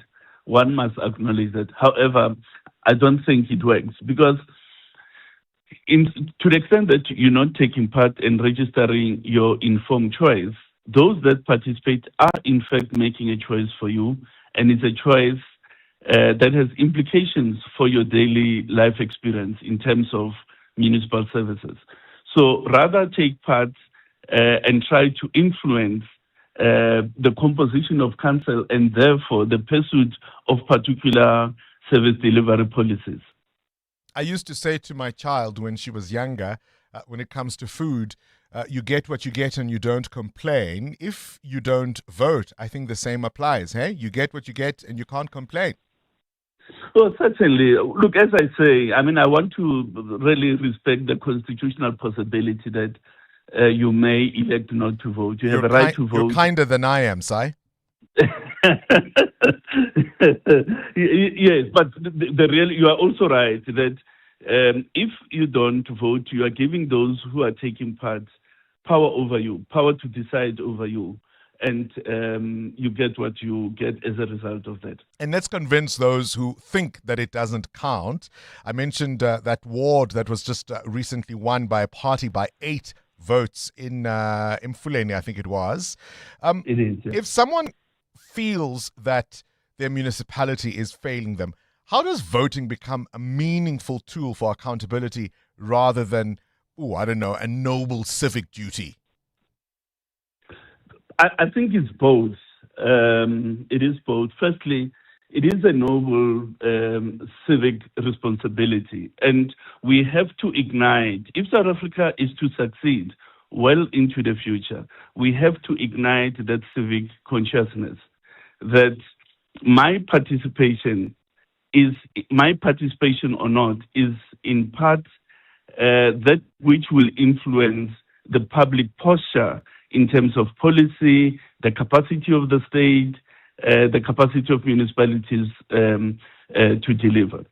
So if you are frustrated, the answer is more to participate and try to change things by so doing, to try to get better people elected by trying. So in other words, if you are frustrated, it calls for more activism rather than less activism at the community level. Absolutely. Speak to your children, speak to your cousins, speak to your neighbors, speak to your friends, family, everyone you know. Get them to participate. That is how our democracy survives. There is an election drive, a registration weekend, the 20th and the 21st of June. Check now and make sure you use that opportunity should you need it to register. Don't wait until the 20th and the 21st of June. Check now. And once again, we'll repeat those options for you to check. Saima Mabolo is, of course, the Chief Electoral Officer at the IEC. EWN Business. 28 after 7, let's talk business news now. Muteo Khwaripe, there's a new member on the JSE, Canal Plus, listing on the Johannesburg Stock Exchange. Is that your accent? Well, the French media giant Canal Plus officially began trading on the Johannesburg Stock Exchange on Wednesday, becoming the first French company to secure a secondary inward listing on the exchange. Trading under the ticker symbol C. NP. The listing follows Canal Plus's acquisition of MultiChoice. The share price rose to 56 Rand 50 at the end of trade yesterday, valuing the company at around 55 billion Rand. Canal Plus is the first French company to list on the JSE's main board and will immediately join the FTSE JSE Top 40 Index, replacing Mr. Price. Now, the firm has a primary listing on the London Stock Exchange. Its listing on the local market gives South Africans investors Rand-denominated exposure to a global media conglomerate after MultiChoice was delisted. Oh, it's plus, is it? It's plus. How are the markets? Are they also on a plus? They're or on a minus? tenterhooks. They're on tenterhooks, Bongani, because Asia Pacific markets fell this morning, tracking Wall Street losses overnight as tensions between Iran and the US keep oil prices elevated. The Kuwait International Airport was struck by Iran early on Wednesday, just a day after the US Central Command said it had defeated multiple Iranian ballistic missiles. In the meantime, Israel as well getting into the fold, saying that Iran is playing with fire and they are ready to set on their own strike. So the price of oil will definitely remain elevated as a result. All right, let's talk about your indicators. Where's the Rand? Where is that price of oil?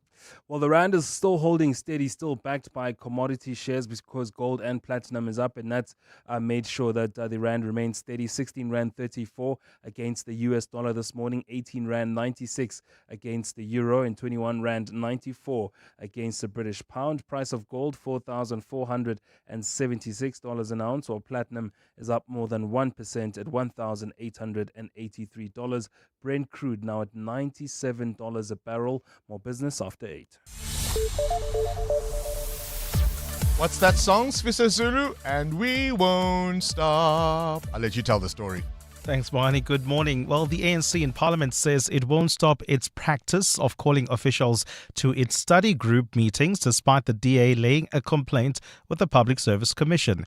UDM leader Bantu Olomisa also complained to Speaker Tokoti Diza about this practice, but ANC Chief Whip Mdumiseni Ntuli says the complainants are misguided about the purpose of the practice. He insists there's nothing untoward about having top officials explain matters to ANC MPs ahead of portfolio meetings in Parliament.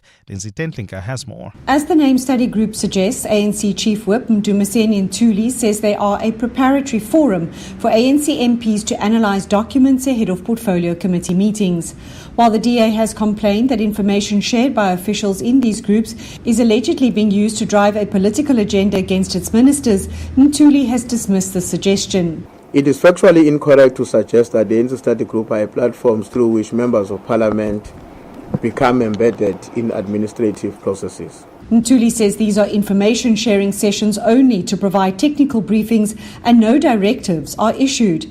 He insists no laws are being breached by calling officials to study group meetings and they are not being forced to attend. They are certainly not sinister attempts to facilitate some kind of a state capture, as others have suggested, in any form.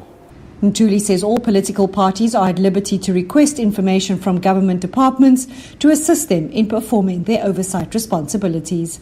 Lindsay Dentlinger, Eyewitness News, Parliament. The South African Local Government Association is urging young people to make their voices heard in the upcoming local government elections.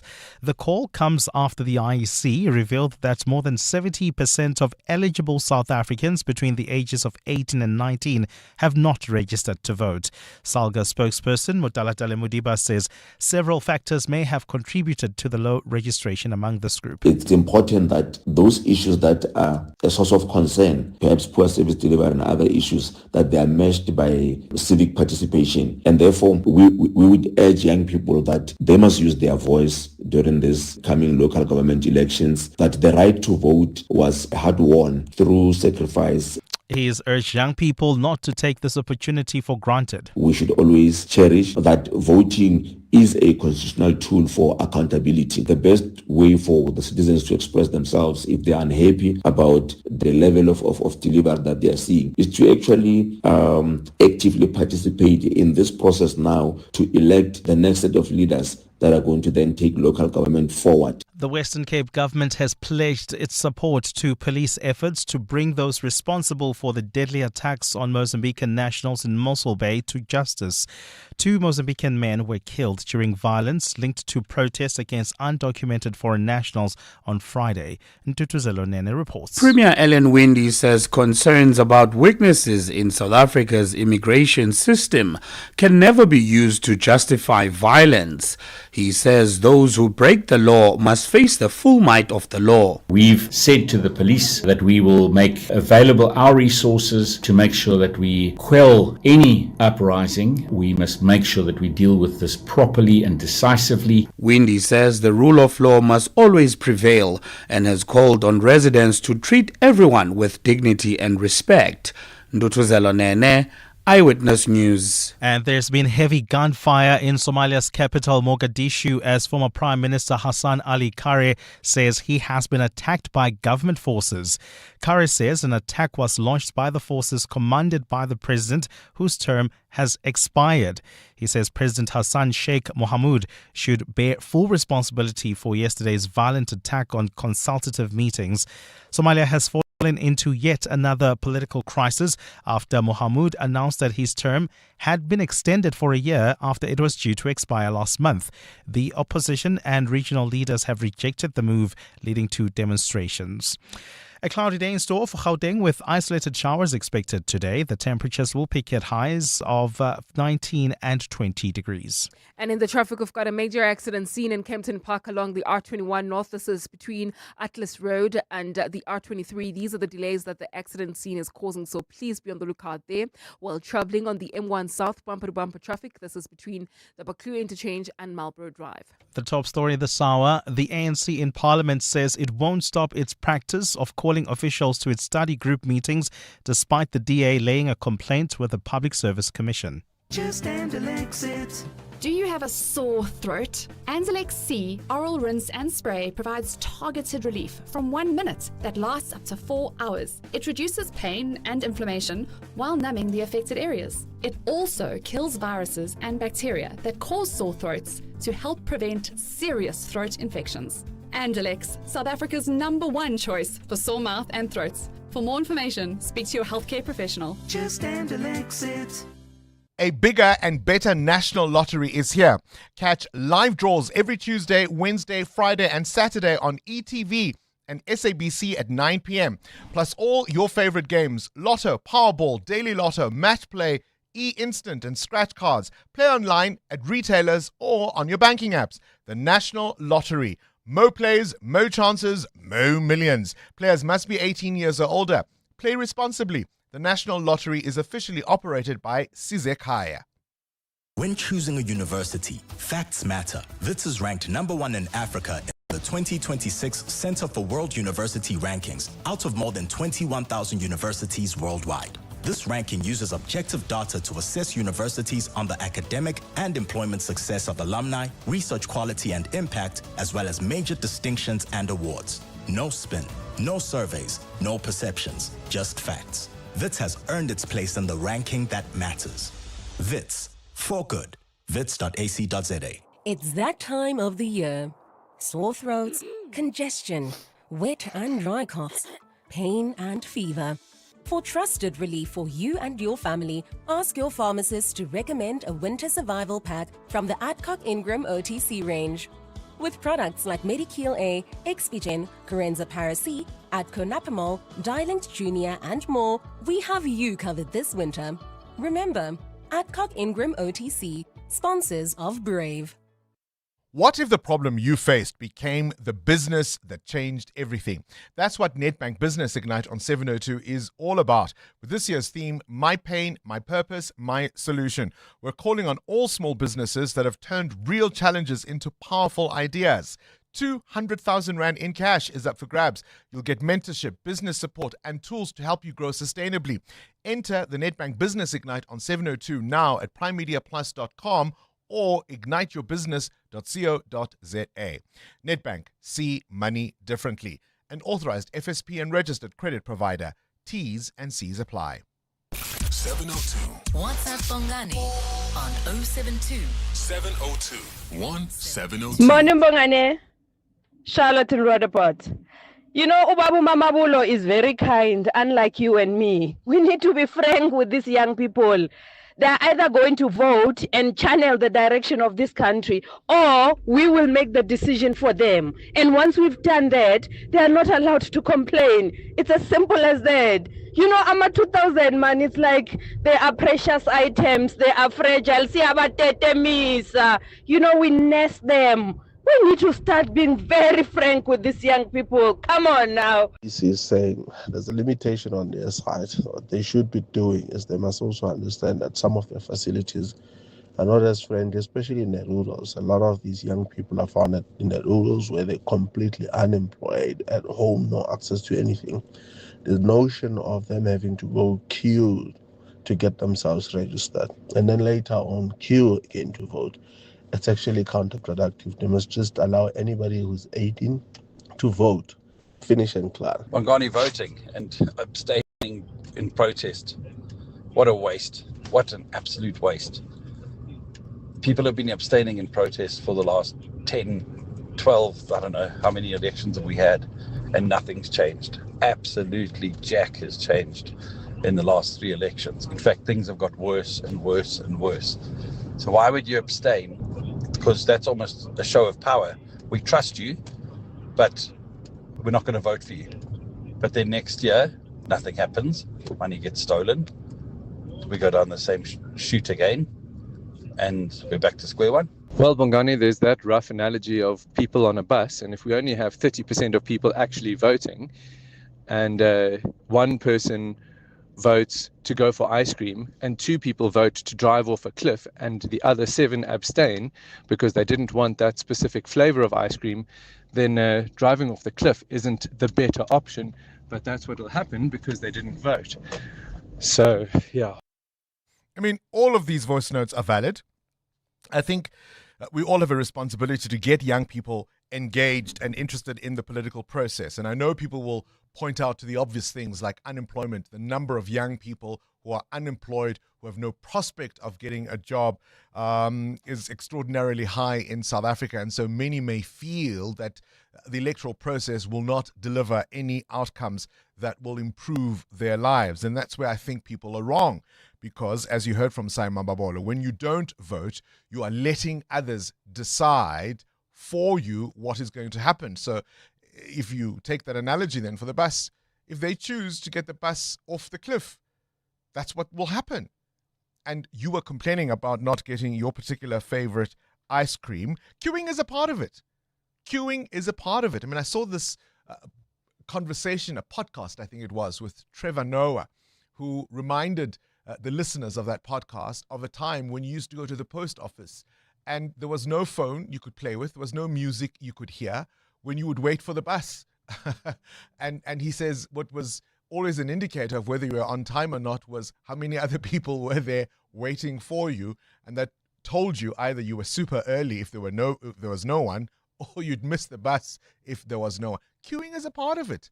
There's nothing wrong with making people queue, but if you want to see change, you had better participate. 702. What's the question? What's the question is brought to you by Outsurance, a chance for you to win up to 3,000 Rand in cash. First, 1,000 Rand for the answer, and then a little later, 2,000 Rand if you can give us the question. SMS out to 45142 now, and you could save on your car insurance. If you don't, you can ask Outsurance for 500 Rand. Today's answer comes from Tabiso in Potch. Tabiso, please give us today's answer. The answer for today is Humpty Dumpty. Humpty Dumpty. Ooh. And I'm sure it's not the one who had a great fall. Hey, Tabiso. Tell me, have you got yourself a quote from Outsurance? Yes. Your biscuit, 1,000 Rand is coming your way, all thanks to Outsurance and 702. There you have it. Tabiso's answer is Humpty Dumpty. What, pray tell, is the question? Call us on 011 883 0702. EWN Sport. 17 minutes before 8 o'clock, let's talk the world of sport now. Cindy Paluta, I mean, this has to be one of the most dramatic Grand Slams we have seen in quite some time on really both sides. Yeah, it right? really is. And I think the reason, I mean, it's common happens where a world number one or a top seed gets knocked out. I think it's the way in which Sabalenka went out yesterday because she was leading 6-3 and 4-1 up in the second set against Diana Schneider. And Schneider just came back and won it. She won 3-6, 7-5, 6-love.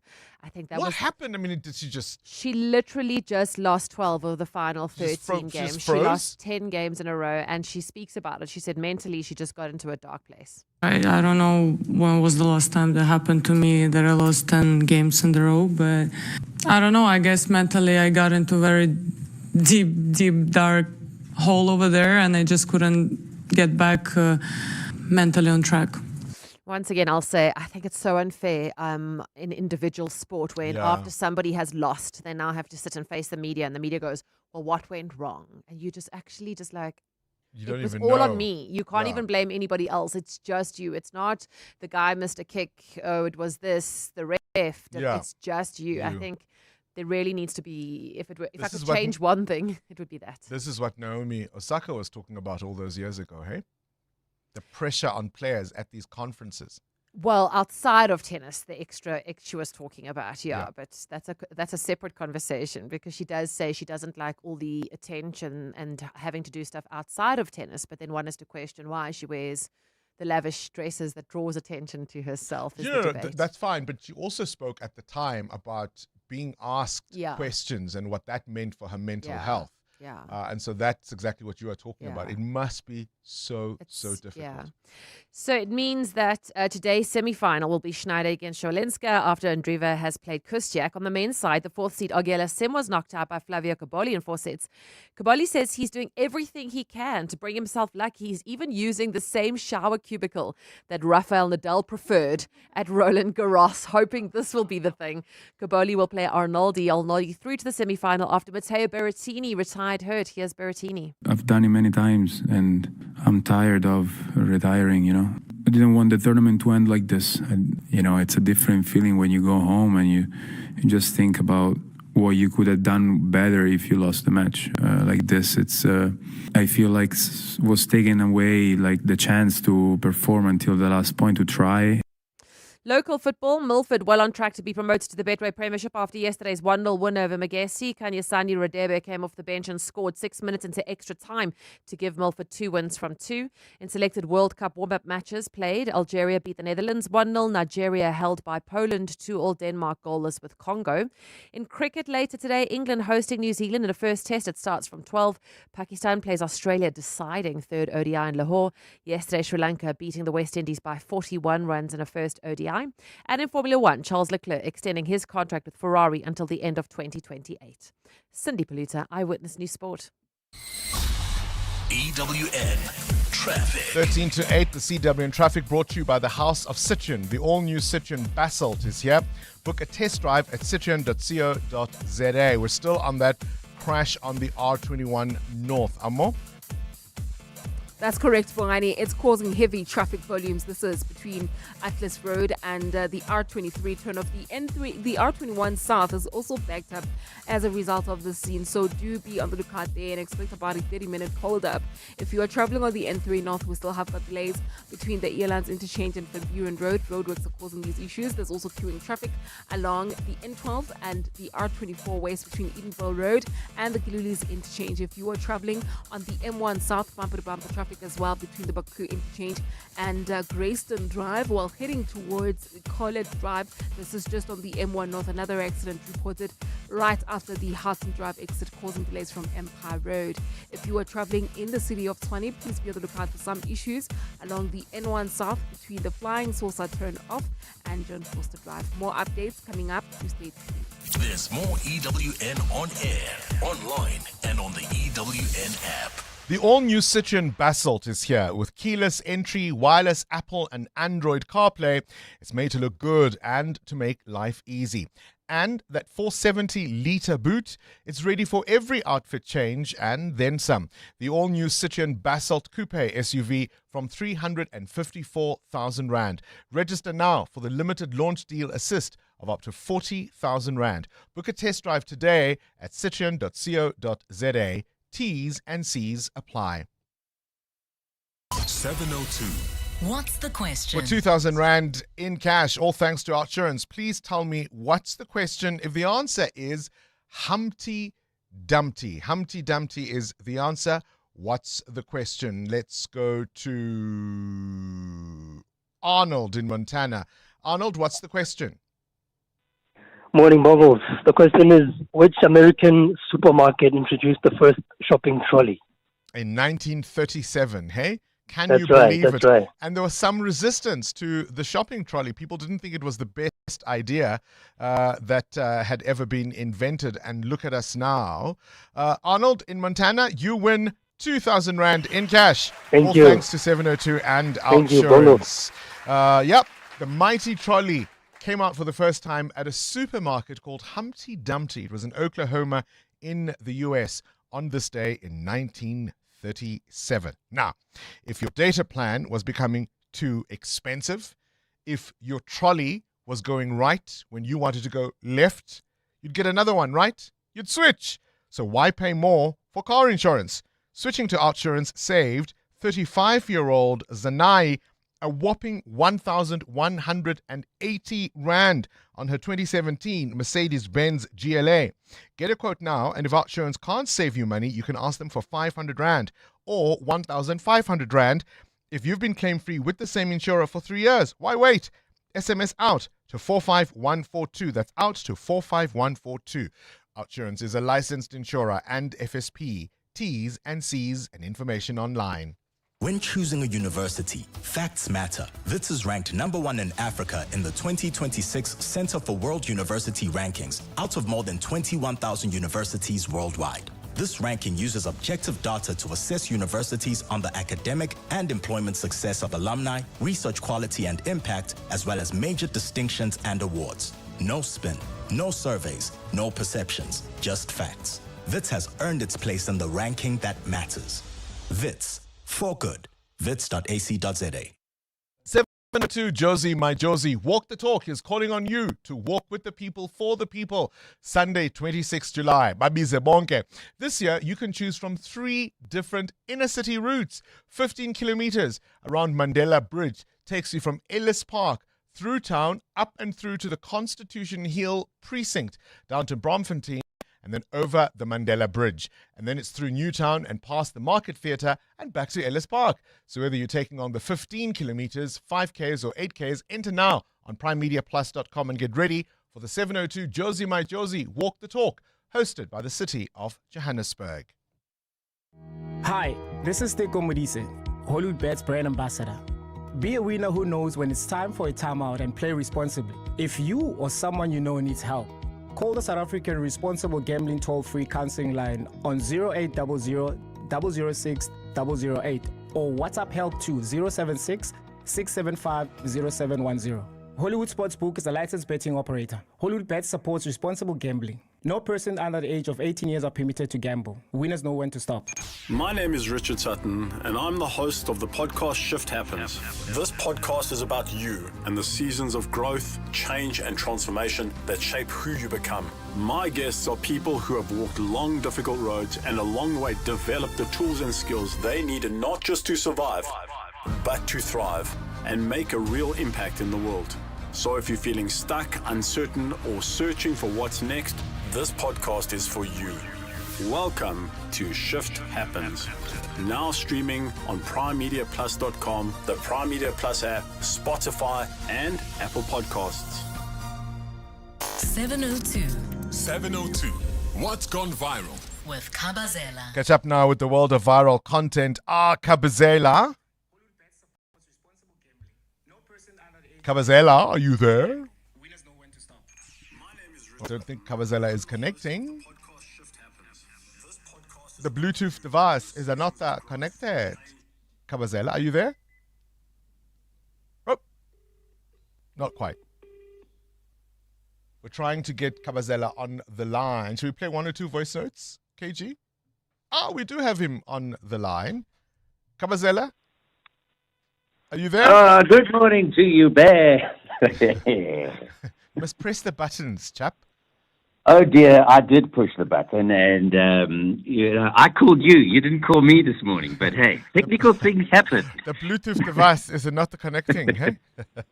Yes, the connecting is not connecting, unfortunately. All right, let's get straight into it. To clean or not to clean?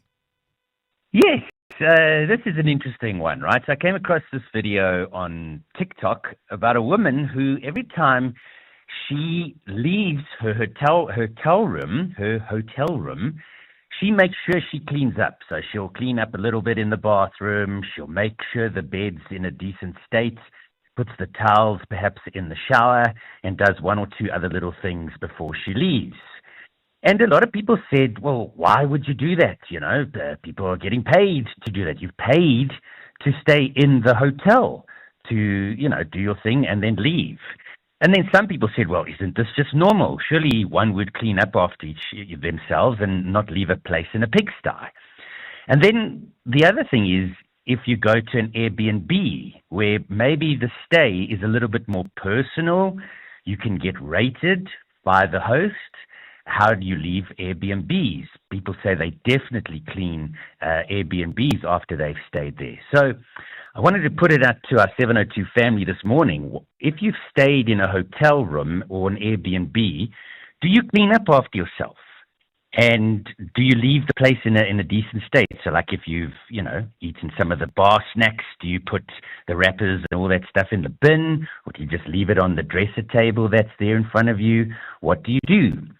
Maybe you do nothing. I'd love to hear that this morning. I mean, my neighbor, she's got a little flat lid on the side of her house, and she's got an Airbnb. And she says to me the stuff that she finds there sometimes after people have stayed would shock you. When she had to go and clean. So yeah, I mean, it's one of the reasons. Don't judge me, Kabazela. Don't judge me. One of the reasons I won't use a bathtub in a hotel is because they don't leave handy Andy. I feel so for you to clean it afterwards. Yes. If hotels had a little bottle of handy Andy, I would feel better using their bathtubs. So I prefer. So what are you doing that your bath gets so dirty that you need handy Andy afterwards? Hi, Kabazela, you have to use handy Andy to clean your bathtub every time. I haven't had a bath in years, so I just can't relate. Is that your excuse? All right. When you check into a hotel room or even an Airbnb, how much effort do you put into cleaning up and leaving the place as you found it? Or do you think it's job creation? Leave it as messy as you can. That's what's gone viral with Kabazela. EWN Traffic. Now, this EWN Traffic is brought to you by Outsurance. SMS out to 45142 now, and you could save on your car insurance. If you don't, ask them for 500 Rand. Amo, how's the R21 North? Bongani, it's a parking lot at this moment due to that major accident scene as you approach Pomona Road. Delays coming out of the OR Tambo Airport, so please be on the lookout there and approach with care. Traveling on the southerly direction of this route, we still have got those delays due to onlookers. More updates coming up. Stay tuned. There's more EWN on air, online, and on the EWN app. Now, seeing the Outsurance pointsman on your route is like that feeling you get when you put on those warm, fuzzy slippers on a cold winter evening. It just makes you feel good. The Outsurance pointsmen are traffic heroes, easing congestion, helping everyone get to where they need to be quickly and safely for 20 years. It's just another way you always get something out. In proud partnership with 702. Outsurance is a licensed insurer and FSP. 702 Feedback with Siamtanda Matiso. Siamtanda Matiso, you get me right? I do. Ipafu. I definitely do. And I agree with you. It. I mean, they always give you those small shower gels. I'm sure they can provide a little bottle. Or sunlight, yeah. Yeah, but also I'm not a bathtub person, even at home.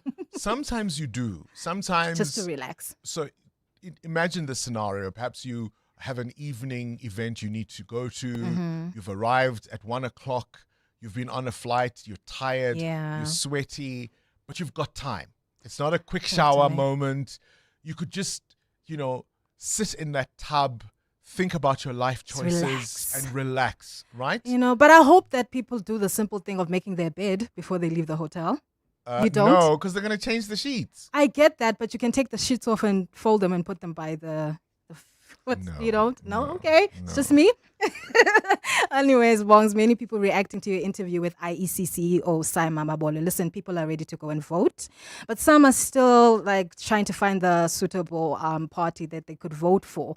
But I would encourage people to go and register to vote. As Simon Mabolo said, over 27 million people are on the voters roll. Please don't forget to update your information. And if you need to know more about the elections, you can just go and visit the IEC website. It is www.elections.org.za, just to read more on that. And of course, you can call 0800 11 8000. You can also just send an SMS to 32810 with your ID. So send your ID number to 32810. And of course, you can get the IEC app at your favorite app store or Google Play. Absolutely, Bongs. And listen, me and Bapilile have had an exciting moment in the little small booth there. We've been listening to My Way songs. I have to say, 702 Landers are talented. I would really love to know what they do, like professionally, because we have talented listeners, and I can't wait for you to hear them, Bongs. Right, we've been banking all those WhatsApp voice notes we've been getting. 5,000 Rand in fuel vouchers up for grabs, thanks to My Way. We'll play some of those and the winning voice notes after this Eyewitness News. It's 8 o'clock. This is EWN. Judgment is expected in Brown Mokhosi's bail bid today, and the man at the center of a deadly building fire in the Joburg CBD says he didn't kill anyone. Good morning, I'm Sfiso Zulu. Alleged political fixer Brown Mokhosi is expected to know today if his application to be released on bail was successful after spending 3 weeks behind bars. Mokhosi was arrested last month shortly after his testimony at the Madlanga Commission. He is accused of staging an assassination attempt on his own life in Vosloorus last year. Mokhosi faces charges including perjury, defeating the ends of justice and unlawful possession of a gun. Dimakatso Leshuru reports. Brown Mokhosi is the latest on a growing list of figures who appeared before the Madlanga Commission and now face criminal charges, although most of those cases come from matters unrelated to the Commission. Mokhosi is battling to secure bail following allegations he attempted to bribe the investigating officer and provided police with a false home address and failed to disclose his previous convictions. His lawyer, William Sekhaja, put down the bribery allegations to an honest misunderstanding. The state, however, maintains his release is not in the interest of justice and says if the court is inclined to grant him bail, it should be set at a steep 100,000 rand. Dimakatso Leshoro, Eyewitness News. Senior Hawks official in Durban, Gavin Jacob, says he regrets the way he handled a major drug bust in the coastal city. In 2021, Jacob was in charge of an operation where police intercepted a shipping container carrying 541 kilograms of cocaine. In November of the same year, the confiscated consignment with an estimated street value of 200 million rand was stolen from the Hawks offices in Port Shepstone. Jacob testified yesterday at the Madlanga Commission. Tabiso Goba reports. When Gavin Jacob arrived at the Isipingo depot, he offloaded the drugs onto a police van to process them at the Isipingo police station. Several narcotics experts who've testified at the Madlanga Commission say this was irregular as the drugs were supposed to be processed at the crime scene. Jacob says at the time, he also thought there was no reason to call the local criminal record center to the scene as they were unlikely to find any useful evidence, something chairperson Muiseli Madlanga took him to task on. I'm taking it upon myself as Colonel Jacob not to heed that process. That is an applicable prescript.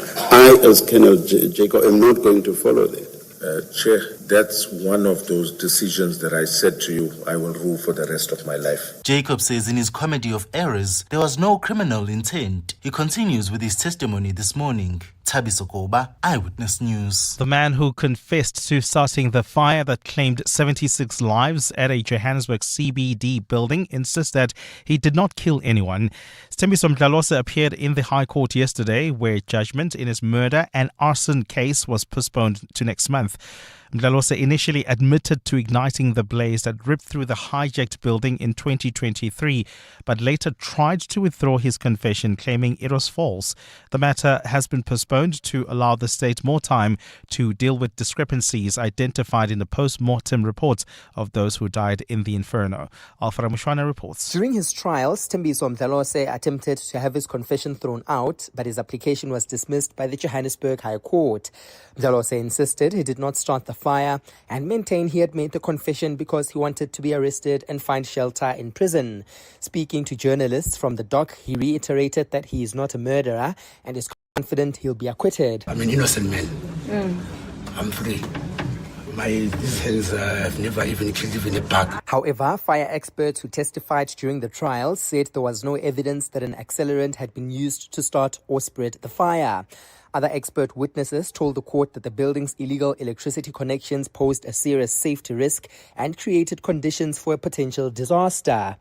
Alpha Ramshwan, Eyewitness News, Johannesburg. And 7 children have been abducted by a criminal gang in Nigeria. Officials say the assailants stormed student housing at the outskirts of the Kora Nomada administrative area. Armed gangs, referred to as bandits by security agencies and locals, are blamed for raiding remote villages, looting and razing homes and kidnapping people for ransom, especially in parts of northwestern and central Nigeria.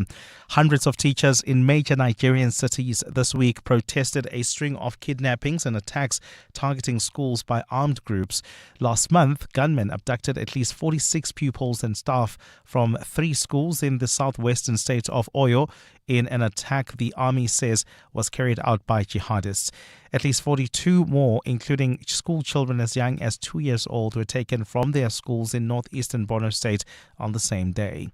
Gold is trading at $4,469.38 an ounce. The rand is at 16.35 to the dollar, 21.95 to the pound, 18.98 to the euro. Brent crude oil is at $97.16 a barrel. That's queuing traffic on the M1 North between Harton Drive and Greyston Drive. This is due to peak time delays as well as an accident that's been reported right near Harton Drive causing delays. While travelling on the N3 North, do expect delays between Marlborough Drive and the Baklu interchange.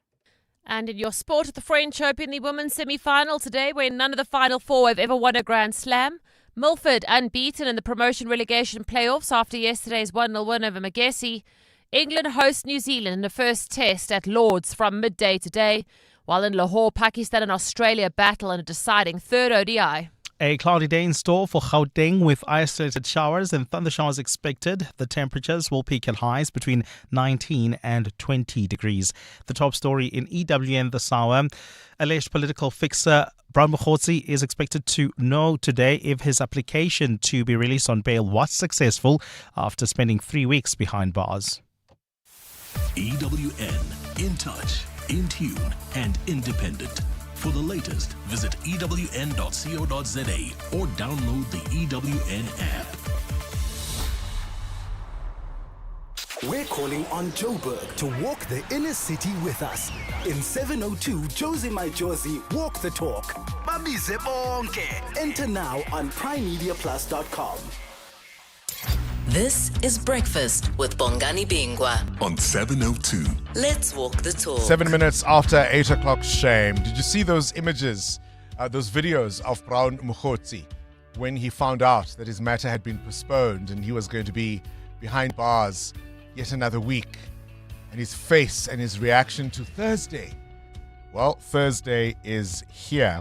I told you a little earlier about the president saying he's not going to be distracted by people who have narrow agendas. South Africans care about much weightier issues than phala phala. There was what you might call an interesting moment in Parliament, of course, during the presidency budgetary vote. The Mineral Resources Minister, Gwede Mantashe, insisting that criminal acts, including illegal mining, are the matters police must investigate, not government departments. And then the African Transformation Movement, Member of Parliament Vuyo Zungula, turning that argument back on the minister. It's a really interesting exchange. Have a listen. we can't take an account for illegal mining. That's a criminal activity, and it's not our responsibility to deal with that. You can rub it to me every day, but I will always tell you every day that, listen, man, once you steal, you have a different minister. Now you have an acting minister called Katalia. That's your minister. If you are stealing minerals, your minister is Katalia. If you are mining, I'm your minister. But if you steal those minerals, you belong to a different ministry. So that's all we're doing. So if people mine illegally in areas of ecology, that is the DFFE and police who must deal with that issue, not us. On my side, I agree, and I wanted to thank the minister for clarifying that theft should be dealt by police, meaning even in Phala, when those dollars were stolen, they should have been dealt with by the police. This not is the exactly what I was avoiding. He walked straight into that one, didn't he? He walked right into it. Did Gwede Mandashe Vuyo Zungula, not wasting that moment. Yesterday, we told you about the delays in South Africa's ICJ case.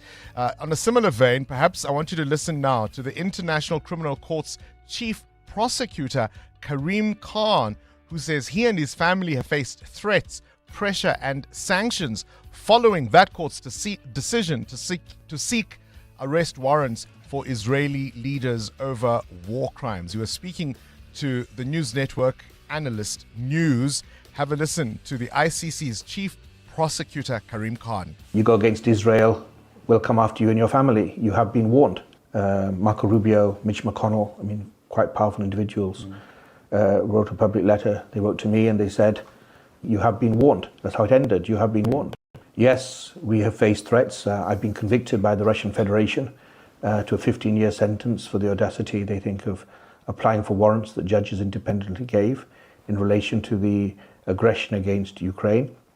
And President Trump has sanctioned me and my family because of Palestine. So his credit cards, his accounts were frozen. His family can't travel. That must be one of the toughest jobs in the world, being wanted by both Trump and Putin. This is Breakfast with Bongani Bingwa on 702. Let's walk the talk. Kabazela wants to know, when you are at a hotel, do you clean up? Do you try and leave the place as tidy as you found it? I simply mentioned earlier, Mateo, that I wish hotels would give us, in the same way they give us conditioner and shampoo and lotion, I wish they would give us a little bottle of Handy Andy. Then I would take more baths in hotels. It's the only reason I won't bath in a hotel, because I don't want to leave the bath with those rings, right?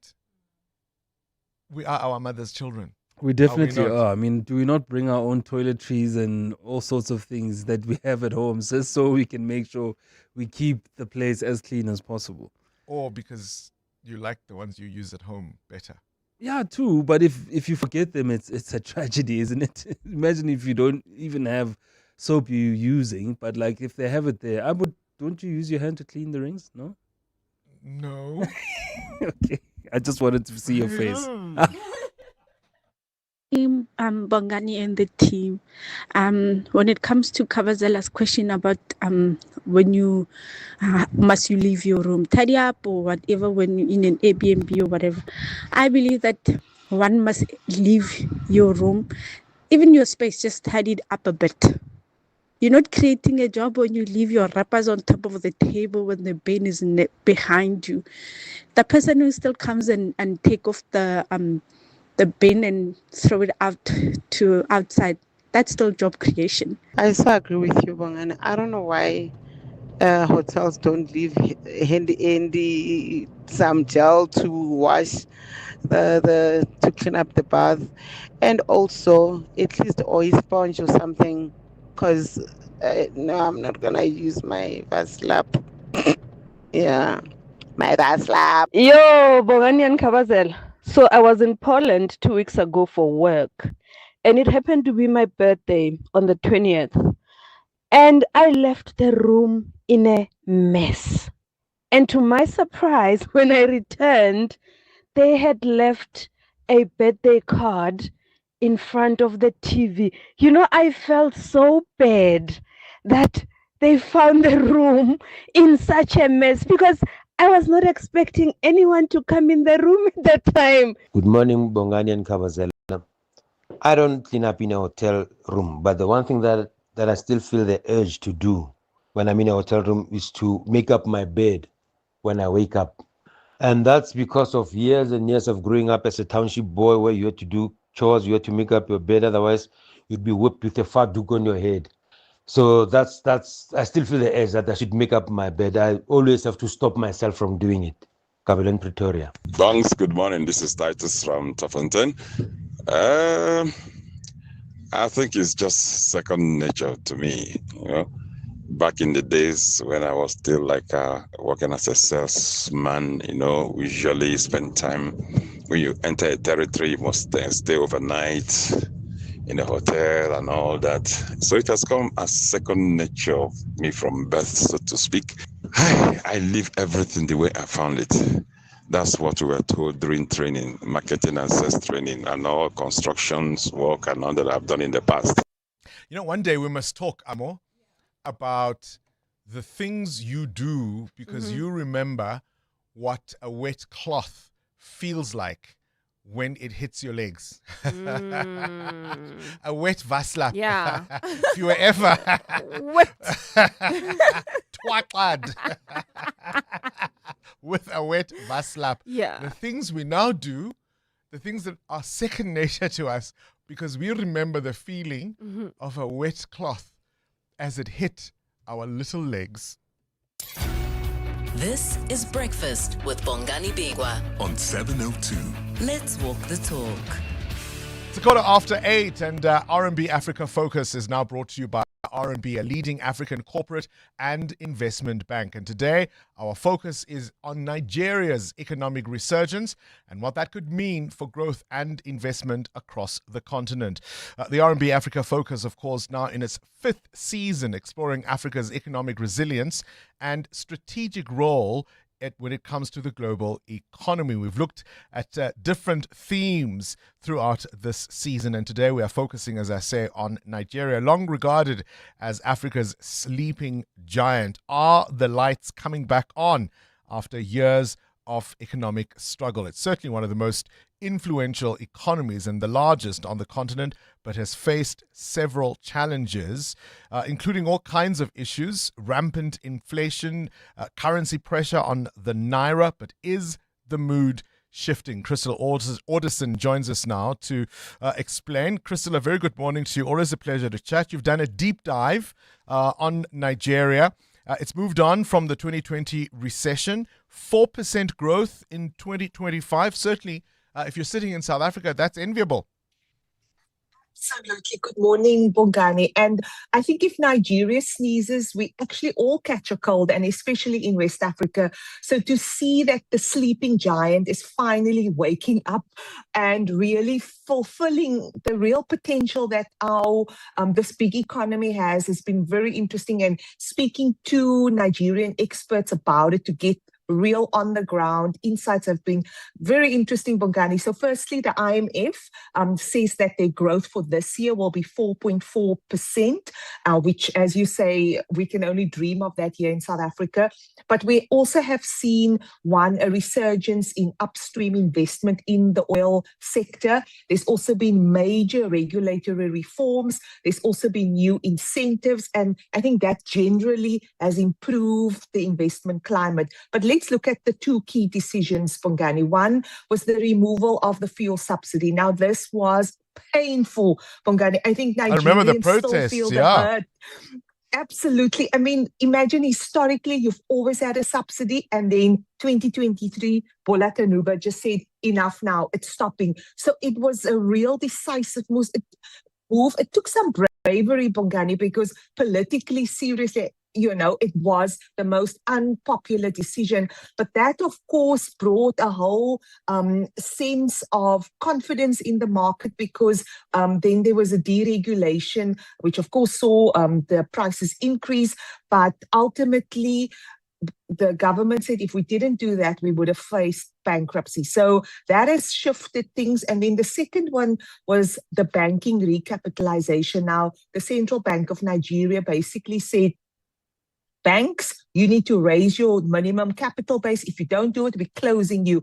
And so out of the 36 institutions, 32 were able to successfully raise the money, so that there's just a recap and a relook at what's happening in the banking sector. And those things, Bongani, really created a sense of confidence. And then lastly, Nigeria was able to raise the external reserves to about close to 50 billion naira, which again, after not having much in the rainy saving day fund, it's brought this whole confidence. Yeah. And I think those factors, Bongani, played this role in, as we say, the sleeping giant is back. I suppose one of the things they will be thinking about is being a service-led economy in terms of their growth. How are they talking about different sectors, such as financial services, for example, as the way of the future? So, Bongani, doing business in Nigeria is not for the faint-hearted. It has been difficult for any company. And we saw last year all these major companies saying, we can't cope here. But the services sector have always been a major engine of growth for the economy, about 56% of GDP. And again, with all this institutional reform, this brought that confidence back. And with stronger banking institutions, there's been capital to be deployed in, for instance, infrastructure. And something that Nigeria and bankers in particular have really strived to do was to look at the pension sector. And for more on this, I spoke to RMB Frank Opote, who's based in Lagos, Nigeria, and this is what he had to say about the pension reforms, Bongani. In Nigeria, what we had in the pension industry was you had this massive capital allocators that could only invest in risk-free securities, because obviously you think about it that they're holding the future of Nigerians, right? It's the pension industry. But this reform has allowed them to be able to do more. When I say it's measurable, it's measurable. For example, you've said they have said that the pension funds can now invest up to 20% of their allocation to infrastructure projects. If you quantify that, that is $3 billion that is available to invest in Nigerian infrastructure. That is amazing, right? And what you've then seen is you've seen the private sector respond. You've seen infrastructure funds. You've seen people looking for a way to get the right bankable projects and sell those projects to the pension funds so that they can flow capital to those projects. Well, I mean, that's absolutely fascinating. And of course, if you want to watch an in-depth view, you can look at the R&B Africa Focus video series. There's new episodes released every week on primemediaplus.com, and it's brought to you by R&B, a leading African corporate and investment bank with a strong presence across the continent and key international markets, combining deep local insights with global expertise. R&B supporting clients across sectors, helping them navigate complexity, manage risk, and unlock opportunity. R&B, a division of First Rand Bank Limited, an authorized FSP and credit provider. EWN Traffic. This EWN Traffic brought to you by GWM, class-leading vehicles that help you navigate your journey. Amo? Well, Bongani, we've got delays on the M1 North. In fact, a stop and go between Boysons Road and Santon Grayston Drive. This is due to, peak time delays, as well as an earlier accident right near the Killarney Bends. As a result, do expect those delays while traveling in Sunning Hill, queuing traffic between Rivonia Road and the Baku interchange. I'll have more coming up. Stay tuned. There's more EWN on air, online, and on the EWN app. Another fuel hike means more adjustments, like using every loyalty point just to get by. Okay, use the points first, then this voucher. Wait, I have a coupon on my app for the bread. And then I'll swipe the remaining R2, please. Don't let the fuel hikes restrict you. Get 5,000 Rand for fuel when you buy any GWM vehicle this month. Visit your nearest dealership or go to gwm.co.za to book a test drive. T's and C's apply. GWM, Go with more.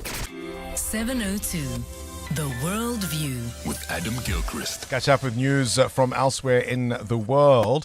Adam Gilchrist, we've been looking, of course, at that choke point, the Strait of Hormuz, thinking about shipping and all the goods that are stuck there. But there's more than that. Yeah, the people who are stuck there, we're talking 20,000 sailors and crew who are stuck on these ships, either to one side of the Strait of Hormuz or the other, and they're going nowhere at the moment. For instance, and it just struck me, an interview with a couple of the captains on the BBC. So one of them, for instance, Shafiqul Islam, his ship is carrying 37,000 tons of fertilizer to South Africa. He has twice tried to sail through the blockade and twice failed. Luckily, his ship hasn't been damaged, but obviously there are a number of South African farmers who'd rather could do with those 37,000 tons. Another captain has spoken as well, Hassan Khan.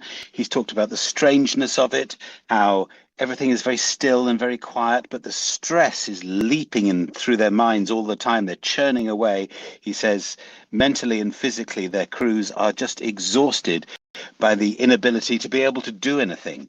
And 3 months on, it's becoming especially fraught. Even the resupply of those ships, remember, of course, these are people on board. They need food and water. Most still have food, but rations are getting a bit simpler.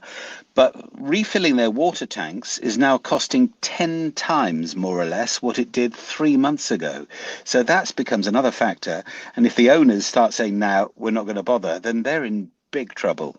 I mean, it's extraordinary because it's one thing to be stuck, I don't know, say at the International Space Station, because you have an anticipation of how long it's going to be. But in this scenario, they had no idea they'd be there for as long as they have been. And sticking with the seas in a manner of speaking, Adam, the MV Hondius, would you get on board?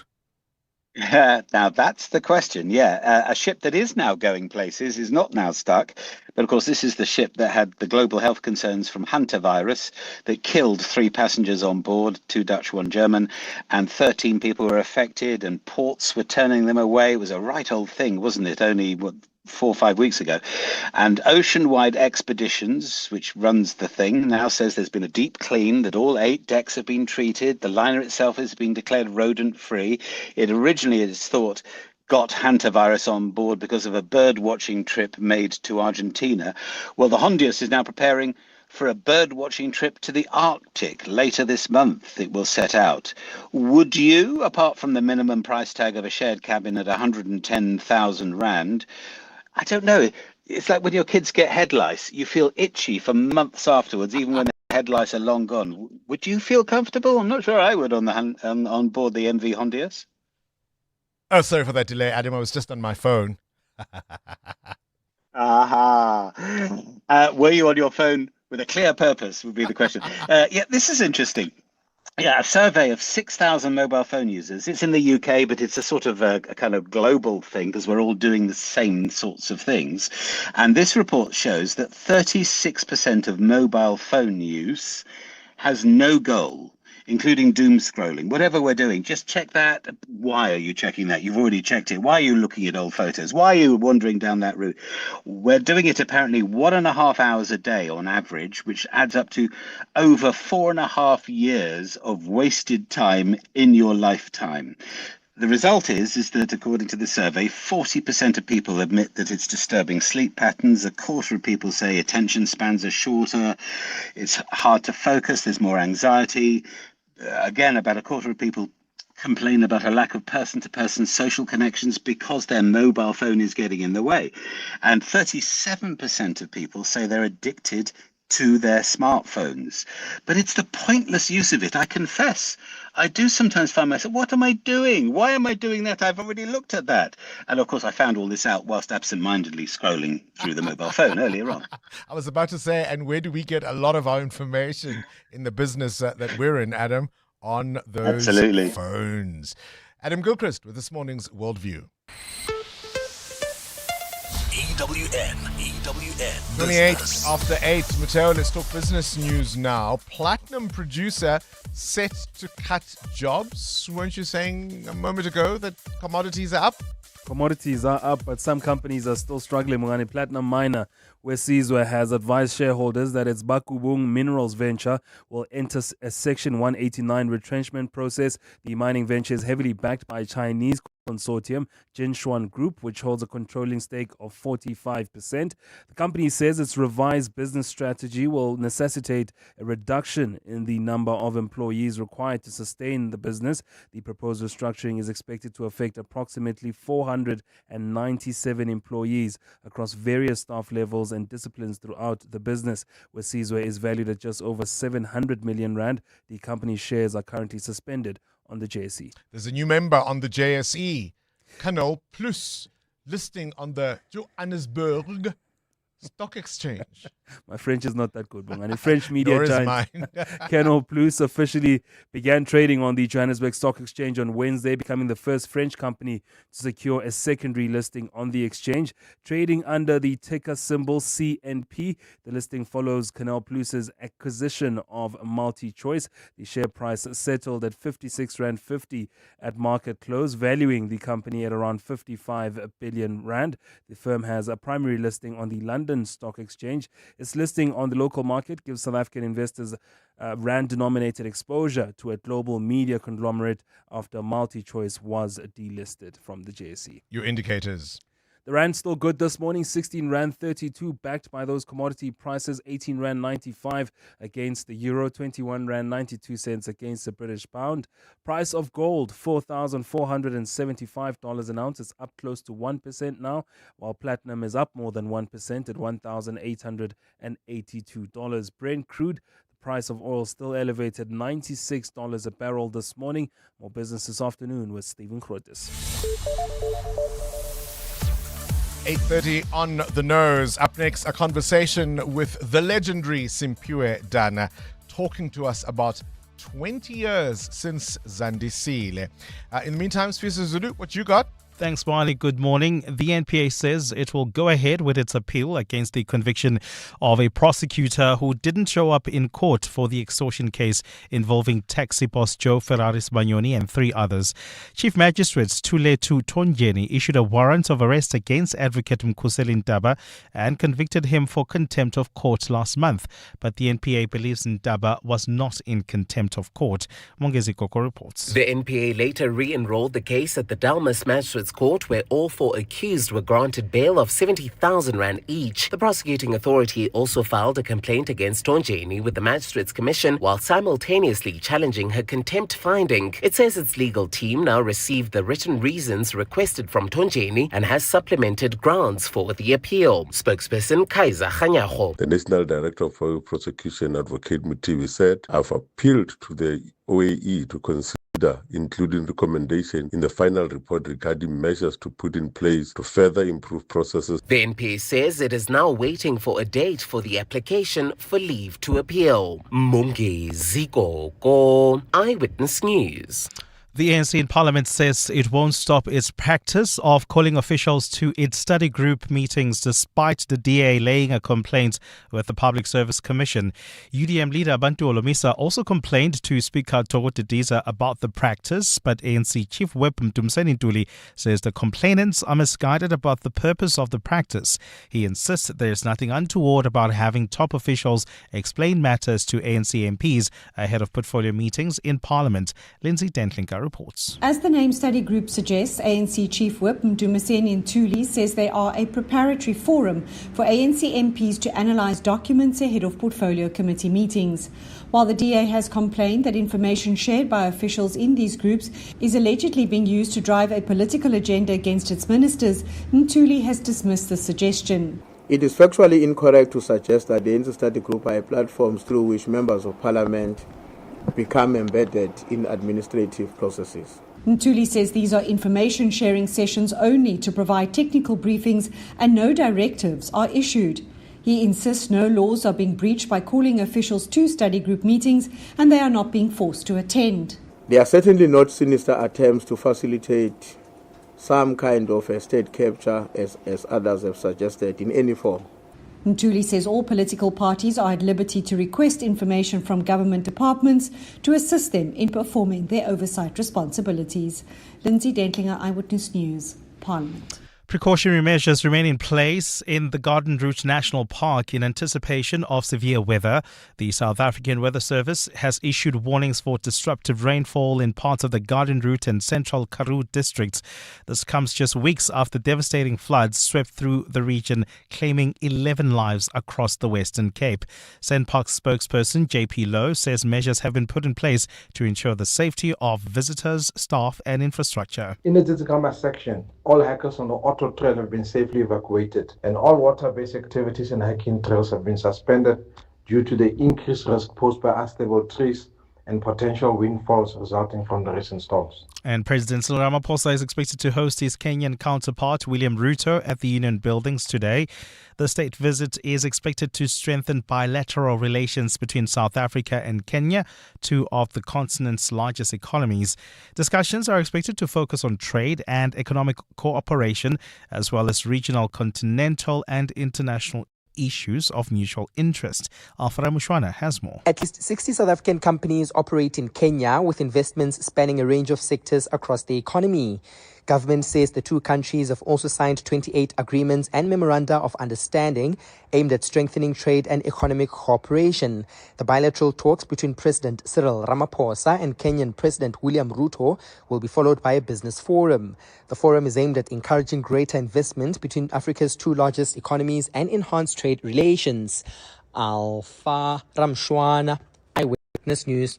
A cloudy day in store for Gauteng with isolated showers expected today.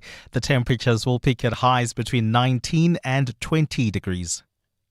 And in the traffic, we've got delays on the R21 North. This is between Pomona Road and the R23. That's due to a major accident. Please be on the lookout there. The top story this hour, the NPA says it will go ahead with its appeal against the conviction of a prosecutor who didn't show up in court in the extortion case involving Mpumalanga taxi bosses. The Midday Report. Weekdays, 12 to 1. It does flag Durban Harbour as a specific area of concern. That's correct. And like Durban Harbour, stand to be corrected, but I believe it's the biggest harbour, one of the busiest harbours in Africa. And we're hearing from the Madlanga Commission about interceptions at the harbour, and we know it's connected to Brazil. So this isn't anything new. I think what we are hearing, the extent and scope and scale of it, that's what's new. Karen Dolly, journalist at Daily Maverick. The Midday Report with Mandy Wiener. 12 to 1 on 702. 702. I'm Samela Kelpoy, an actress and a mum. Do you know what's in your cupboard? I've been trying to be intentional about the food I buy and keep in my cupboard. Unhealthy packaged foods can lead to hypertension, heart disease, and diabetes.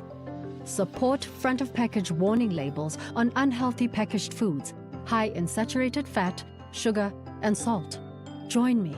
Sign the petition on healer.org. That's HEALA.org. Insurance pulls you in.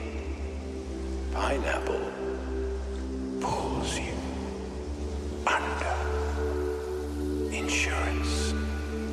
Pineapple. Insurance. Pineapple.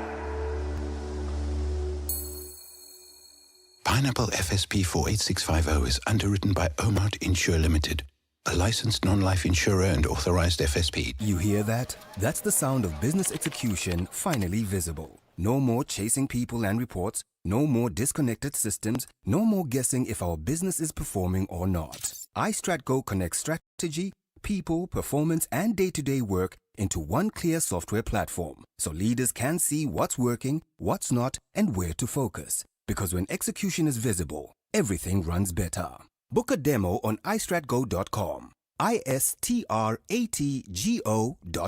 The Johannesburg Philharmonic Orchestra's Winter Symphony Season, featuring masterpieces by Beethoven, Tchaikovsky, and more, is sure to exhilarate music lovers. Concerts take place on Thursday evenings from 4 to 25 June at the Linda Auditorium. Tickets available at Quicket. On Sunday, 26 July, the entire city unites for the 702 Josie My Josie Walk the Talk. Walk the Talk. And because Joburg is more than just a city, we'll be walking for the people. So join us and help make a difference to homelessness in the city by entering on primemediaplus.com and donating vouchers. Donate a voucher. Which is a cashless way to give, helping people experiencing homelessness access a hot shower, a meal, a bed, or more support. Anybody can join and everybody can donate. 702 Josie My Josie Walk the Talk, hosted by the City of Johannesburg. Enter and donate now on primemediaplus.com. 702. WhatsApp Bongani on 072 702 1702. Uncle Bongani, good morning. I think everybody's ready to vote. Yeah, we're all gunning to go vote. But I don't think that the IEC is ready for 27 million people. I really don't believe that they're ready for that, because we've seen over the years during voting season that even with the little people that they're saying that are coming out to vote, the system is not ready for that. So how ready is IEC? We don't know. Will their system crash again? We don't know. They say they're ready, they act ready, but are they ready? There is hardly a better definition for a rebel without a clue than somebody that says that they're going to abstain from voting and then complain when their voice is not heard. This is Hendrik from Pretoria. Hi, Bongani. So my take on this as a small business owner, I think any employee who comes to work the following day after voting that doesn't have the mark on his finger or her finger, that should be docked as unpaid leave and part of annual leave, not a public holiday. Hi, Bongani, it's Mapari here from Moriko. To be fair, if you vote for someone in your municipality, you see that there's no service delivered and you complain. Why are you complaining? Because that's what you picked. You picked that. So why are you complaining? It's like I'm complaining that I'm dating this person. No, you chose to be with that person. You chose to stick with this party. So don't complain also. No one should complain. You don't vote, don't complain. Vote, don't complain. Simple as that. Hi, Bongani. The same way when you get to 16 or 18 or whichever age it is, that you have to get an ID, especially for the youngest, you know. Big up to my Charlotte from Roodepoort. I agree with what you say. They are so coddled. They need to be forced to get into the system of democracy. Come on, guys. No. Okay, a couple of things to clear out. I agree with the rebel without a clue, but it is everybody's constitutional right to choose not to vote. We're not, I think in Australia, you have to vote. It's part of the law. You are forced to vote. We're not in that scenario. So I think that's the first thing to clear up. So no, you can't be docking people unpaid leave or whatever for not voting. It is their choice. Now, is it a wise choice? I don't think so. Like I said, the rule with the food in my house was you get what you get and you don't complain. If you don't vote, you get what you get and you don't complain. And let's dispel any issues around the IEC systems crashing. They did not crash the last time. The only thing that went offline was that leaderboard at the venue, the screen. That's what malfunctioned. But the system was untouched. Remember, at every voting station, you've got officials from almost every party that is contesting. They check there with the officials. They double check to make sure everything is counted. And there were no instances where there were issues. And what the final result reflected was exactly what happened on the ground. So let's not even begin a conversation about, is the IEC ready? Of course they are. Are we? That's the question. Make sure you are registered and make sure you vote. EWN Sport. Cindy Paluta, every morning you come into the studio and you give me a printed version of your bulletin, which I had just lost, but now I have found. Well, okay. I mean, I think even if you had lost all 3 bulletins today, there is no bigger story today being... Because we're a week out from the World Cup, so nobody's really playing football. There's no big overnight results. It's the French Open. It's the French Open. And why? Because this is the French Open of upsets. On the women's side, one of the final 4 will win a Grand Slam for the first time ever. In today's semi-final, first up, Andreeva against Kostiak, which is a rematch of the Madrid Open final that Kostiak won earlier this year. And then Schneider against Trolenska. Schneider caused a massive upset coming from 1 set and 1-4 down in the second to beat Sabalenka yesterday 3-6, 7-5, 6-love.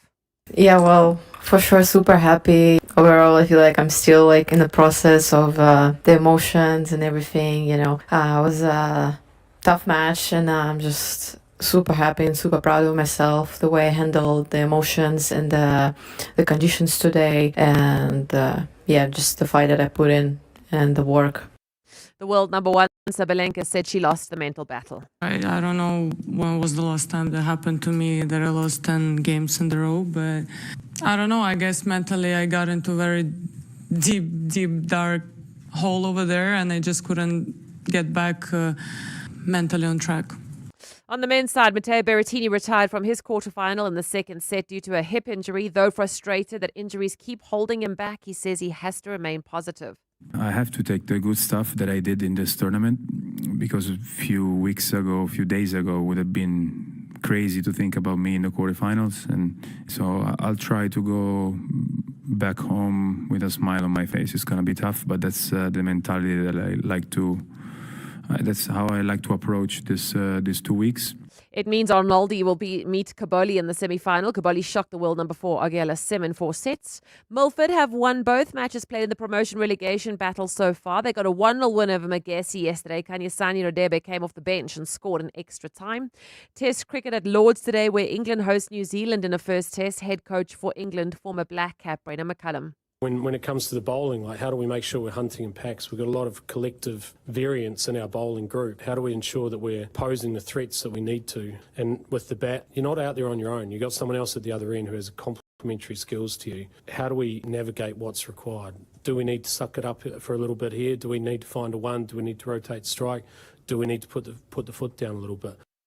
That starts at 12. Well, in Lahore, Pakistan and Australia contest the series deciding third ODI this afternoon as well. Cindy Paluta, Eyewitness News Sport. EWN Traffic. Let's wrap up the morning's traffic. It's exactly 9:15. Amo?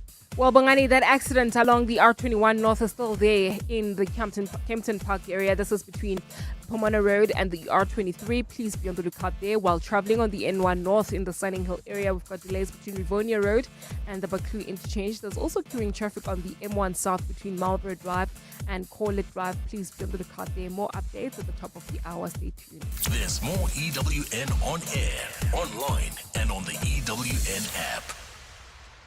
The groundbreaking musical Nkoli, A Fierce and Fabulous Life, returns to the UJ Theatre on the Kingsway campus in Auckland Park next weekend. Nkoli celebrates the life of Simon Nkoli, who was an anti-apartheid activist, LGBTQIA+ pioneer, AIDS activist, and organizer of Joburg's first Pride March. Nkoli explores on the stage, combining voguing, dance, rap, video projections. It's a powerful story of a remarkable young freedom fighter who changed South African history. There are 3 performances only next weekend at UJ's Theatre before it heads off to Germany for its European premiere. Nkoli tickets available now on Quicket. If you're CEO or CFO looking to grow across Africa, then the next 60 seconds are for you. Because in that short time, one bank in Africa will process over 300 million rand. That's 430 billion rand every day. Right now, we have 17.7 trillion rand of the continent's assets under custody management, making us far and away the largest bank by assets in Africa. Which is why in 2025, we were voted Best Bank for Corporates in Africa at the Euro Money Awards for Excellence. So, if you're looking for a bank with scale, we're easy to find. We are in 21 key markets across Africa, and we've been on the continent for 163 years, so we are not going anywhere. Standard Bank Corporate and Investment Banking. Standard Bank is an authorized FSP and registered credit provider. T's and C's apply. When choosing a university, facts matter. Wits is ranked #1 in Africa in the 2026 Center for World University Rankings out of more than 21,000 universities worldwide. This ranking uses objective data to assess universities on the academic and employment success of alumni, research quality and impact, as well as major distinctions and awards. No spin, no surveys, no perceptions, just facts. WITS has earned its place in the ranking that matters. WITS, for good. wits.ac.za. Coming up on the Clement Manyatela Show on 702. Clement Manyatela on your radio between 9 and 12. Clement Manyatela, when you go to a hotel or an Airbnb, do you leave it as you found it? As tidy as you can? No. Leave it in a mess? Do you want to call it mess? I leave it in how I left it because there are people... You leave it how you left it? That's a good one. You leave it I leave it how I've left it. All right, what's on the show? Are we going to find it how you found it? I hope I'm going to find it how I left it. We're going to start with the open line, and there's a conversation I want us to have about herbal medicine, or maybe you want to call it traditional medicine. I read a story in the Sowetan today about doctors who are concerned about people who use herbal medicine and come to public hospitals or any hospital or health facility and they don't disclose it. You must listen to our show. Yeah, well, we'll take the conversation forward. Right. But here's what I want to ask to the listeners is, do you use herbal medicine? And if you use herbal medicine, do you find that there's still stigma around it? Because I've got friends who often would use that, and some people around our friendship groups will be asking, oh my God, that's very weird. What is that? So it's still seen as sort of demonic and weird. So I want to get what the other listeners think. But also, the Portfolio Committee on Police yesterday was raising alarm about the failure by various professionals, including social workers and teachers, who are failing to report statutory rape. So we'll talk about what's behind this failure on the open line as well. But between 10 and 11 o'clock, we're going to do our hanging out feature. And today I'm hanging out with comedian and actor Desmond Dube. And then at 11 o'clock, we're going to do our Thursday dialogue. And today we'll be discussing the constitutional principles behind the Phala Phala saga. So I want us to explain, because that constitutional court judgment was a culmination of other judgments, whether it's the Nkandla judgment, the impeachment judgment, the UDM secret ballot judgment. It was a culmination of that. So Advocate Dalimpofu is going to join me at 11 o'clock and we're going to break all of it that down on Clement Manyatela's show between 9 and 12.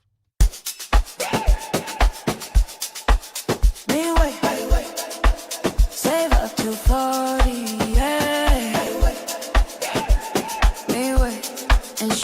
So this is how it started. The inspiration, 5,000 Rand in fuel vouchers, all courtesy of My Way. That's how it started. You had to send us a voice note singing your own My Way song. So if that's how it started, this is how it's been going. I do it my way as I go to refuel every day. I do it my way as I go. My way, yeah. My way is the best insurance to take. My way, yeah. My way is my best insurance to take. My way, yeah. I'm gonna do my way insurance in my way. I wanna talk about my way. My way is the only way, the best way, the better way. Gets me through, never disappoints. My way is my way. Darling super, nitty. My way, nitty. My way, nitty. My way, oh, the highway.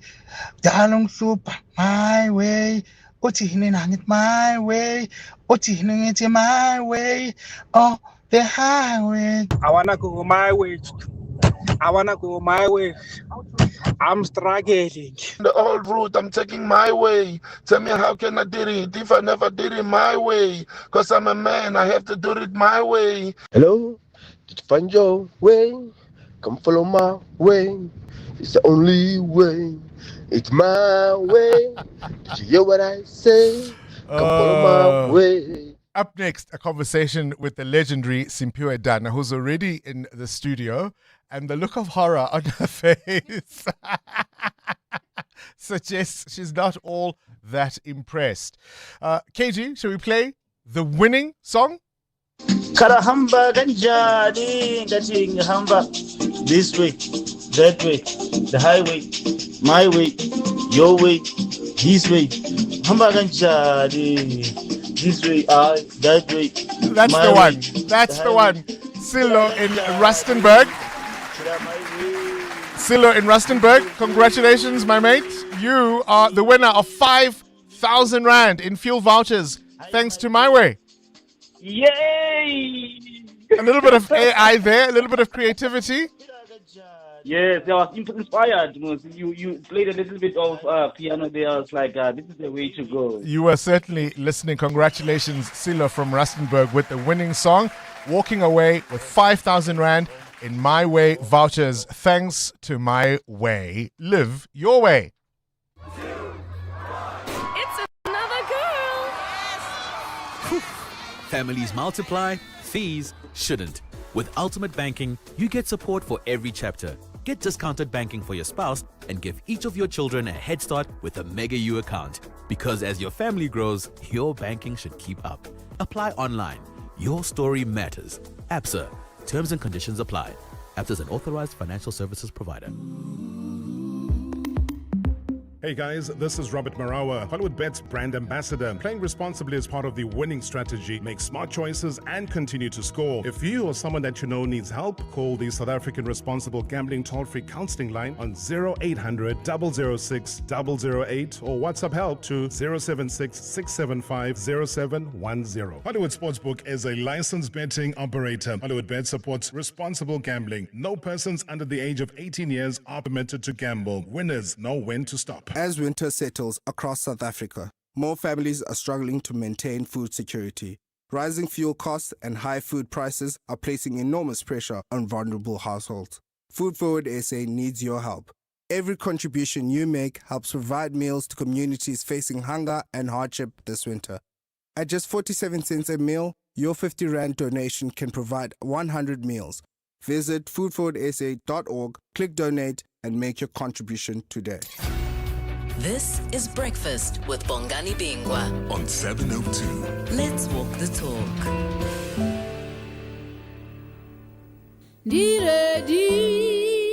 Where does the time go? Can you believe it's been more than 2 decades since we first heard those strings? Since we first heard that chorus? Zandisile introduced the legendary Simpiwe Dana, who now celebrates more than 2 decades since the release of that iconic album. And it's coming out with a legacy record, special vinyl signing event for fans and collectors. And of course, it comes also hot on the heels of the earlier release this year of her latest work, Moya. And she joins us in the studio. Simpiwe, always a pleasure to chat to you. Thank you so much for having me, Bongani. More than 2 decades. Yes, That and I've known you for intro. almost as long. That iconic intro. Just take us back to Ndiredi, specifically, of course, one of the songs on the Zandisile album. The iconic intro of Ndiredi, the look of the album, the cover, the colors. It was all so well considered and so unique and instantly made you iconic. I had no expectation of any of that. I was just as taken by surprise as everyone else who embraced my work, my earlier work. I thought I would have a niche kind of following. So it was quite a nice surprise when the whole country embraced me. I remember one of my very first shows, it was in Cape Town, the Cape Town Jazz Festival, yes, Yes, where I had been booked in a small club because I was, a new artist by the organizers. And then there was a stampede outside that they had to give me a second show that very night to satisfy the other fans who could not get in. Yes. Because typically an artist, it takes a while to build an audience, to grow an audience. and particularly when you are coming with a unique sound, how affirming was it for you that the fans, the music lovers, were so hungry for what you were bringing? Man, I felt I had arrived. But I was also, I was very reserved those days. I mean, I still am very shy, like a wallflower kind of person. And it was overwhelming, the welcome that I received from the audiences. It was quite overwhelming that I think for a number of years I would sing with my eyes closed.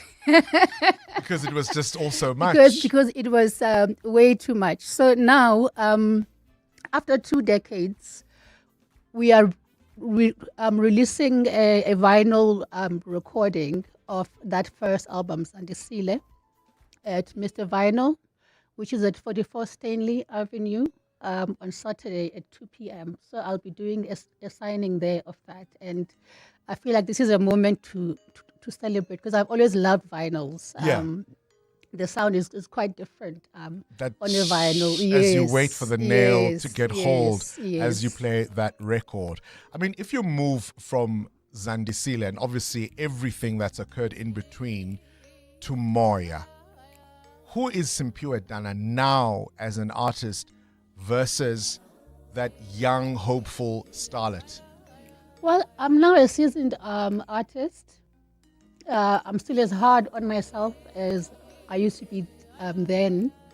With every album, I create quite the perfectionist. I give it 150%.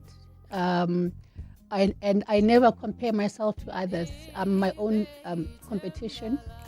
What I do compare myself with is my previous work because I never know how I did it when I first start creating new work. Which is harder for you, writing or performing? I enjoy performing. It's writing that's hard. Are you an early bird or a night owl? I'm both. Call or text? Text. Cooking or ordering in? Ordering in. Singing or dancing? Both. Loud, big crowd, stadium or intimate audience? Intimate audience. Heart or head? Ooh, hold on. I'm an artist. I'm a creative. You're an artist. You're an activist. Yes. You're so an activist. It's hard. Your work is incredibly spiritual. You are aware of the history of not only music and the artistry, but culture, your people, our people. I hear so much head. I mean, I see the heart. Okay, let me then say that I use the head to inform the heart. Yeah, because there's so much head. There's so much head there. Simpiwe Dana, a special vinyl signing event this Saturday at Mr. Vinyl. Yes. 2 p.m. Yes. 44 Stanley. Yes. More than 2 decades of Zandisile. And, of course, you can enjoy the new album, Moya, released this January. It was on your birthday, wasn't it? Yes, it was. It was absolutely on your birthday. Fantastic to have you on the show. If you're a Simpiwe Dana true fan, what do we call ourselves again? They used to call themselves Danarettes. I'm not sure. The Danarettes. If you're a true Danarette, we'll see you at Mr. Vinyl this Saturday at 2 p.m. Thank you. 702 podcasts are on 702.co.za. The Clement Manyachela show starts now. This is EWN. Good morning, I'm Sfiso Zulu. Self-proclaimed political fixer Brian Mokhosi is expected to know today if his bail to be released his application to be released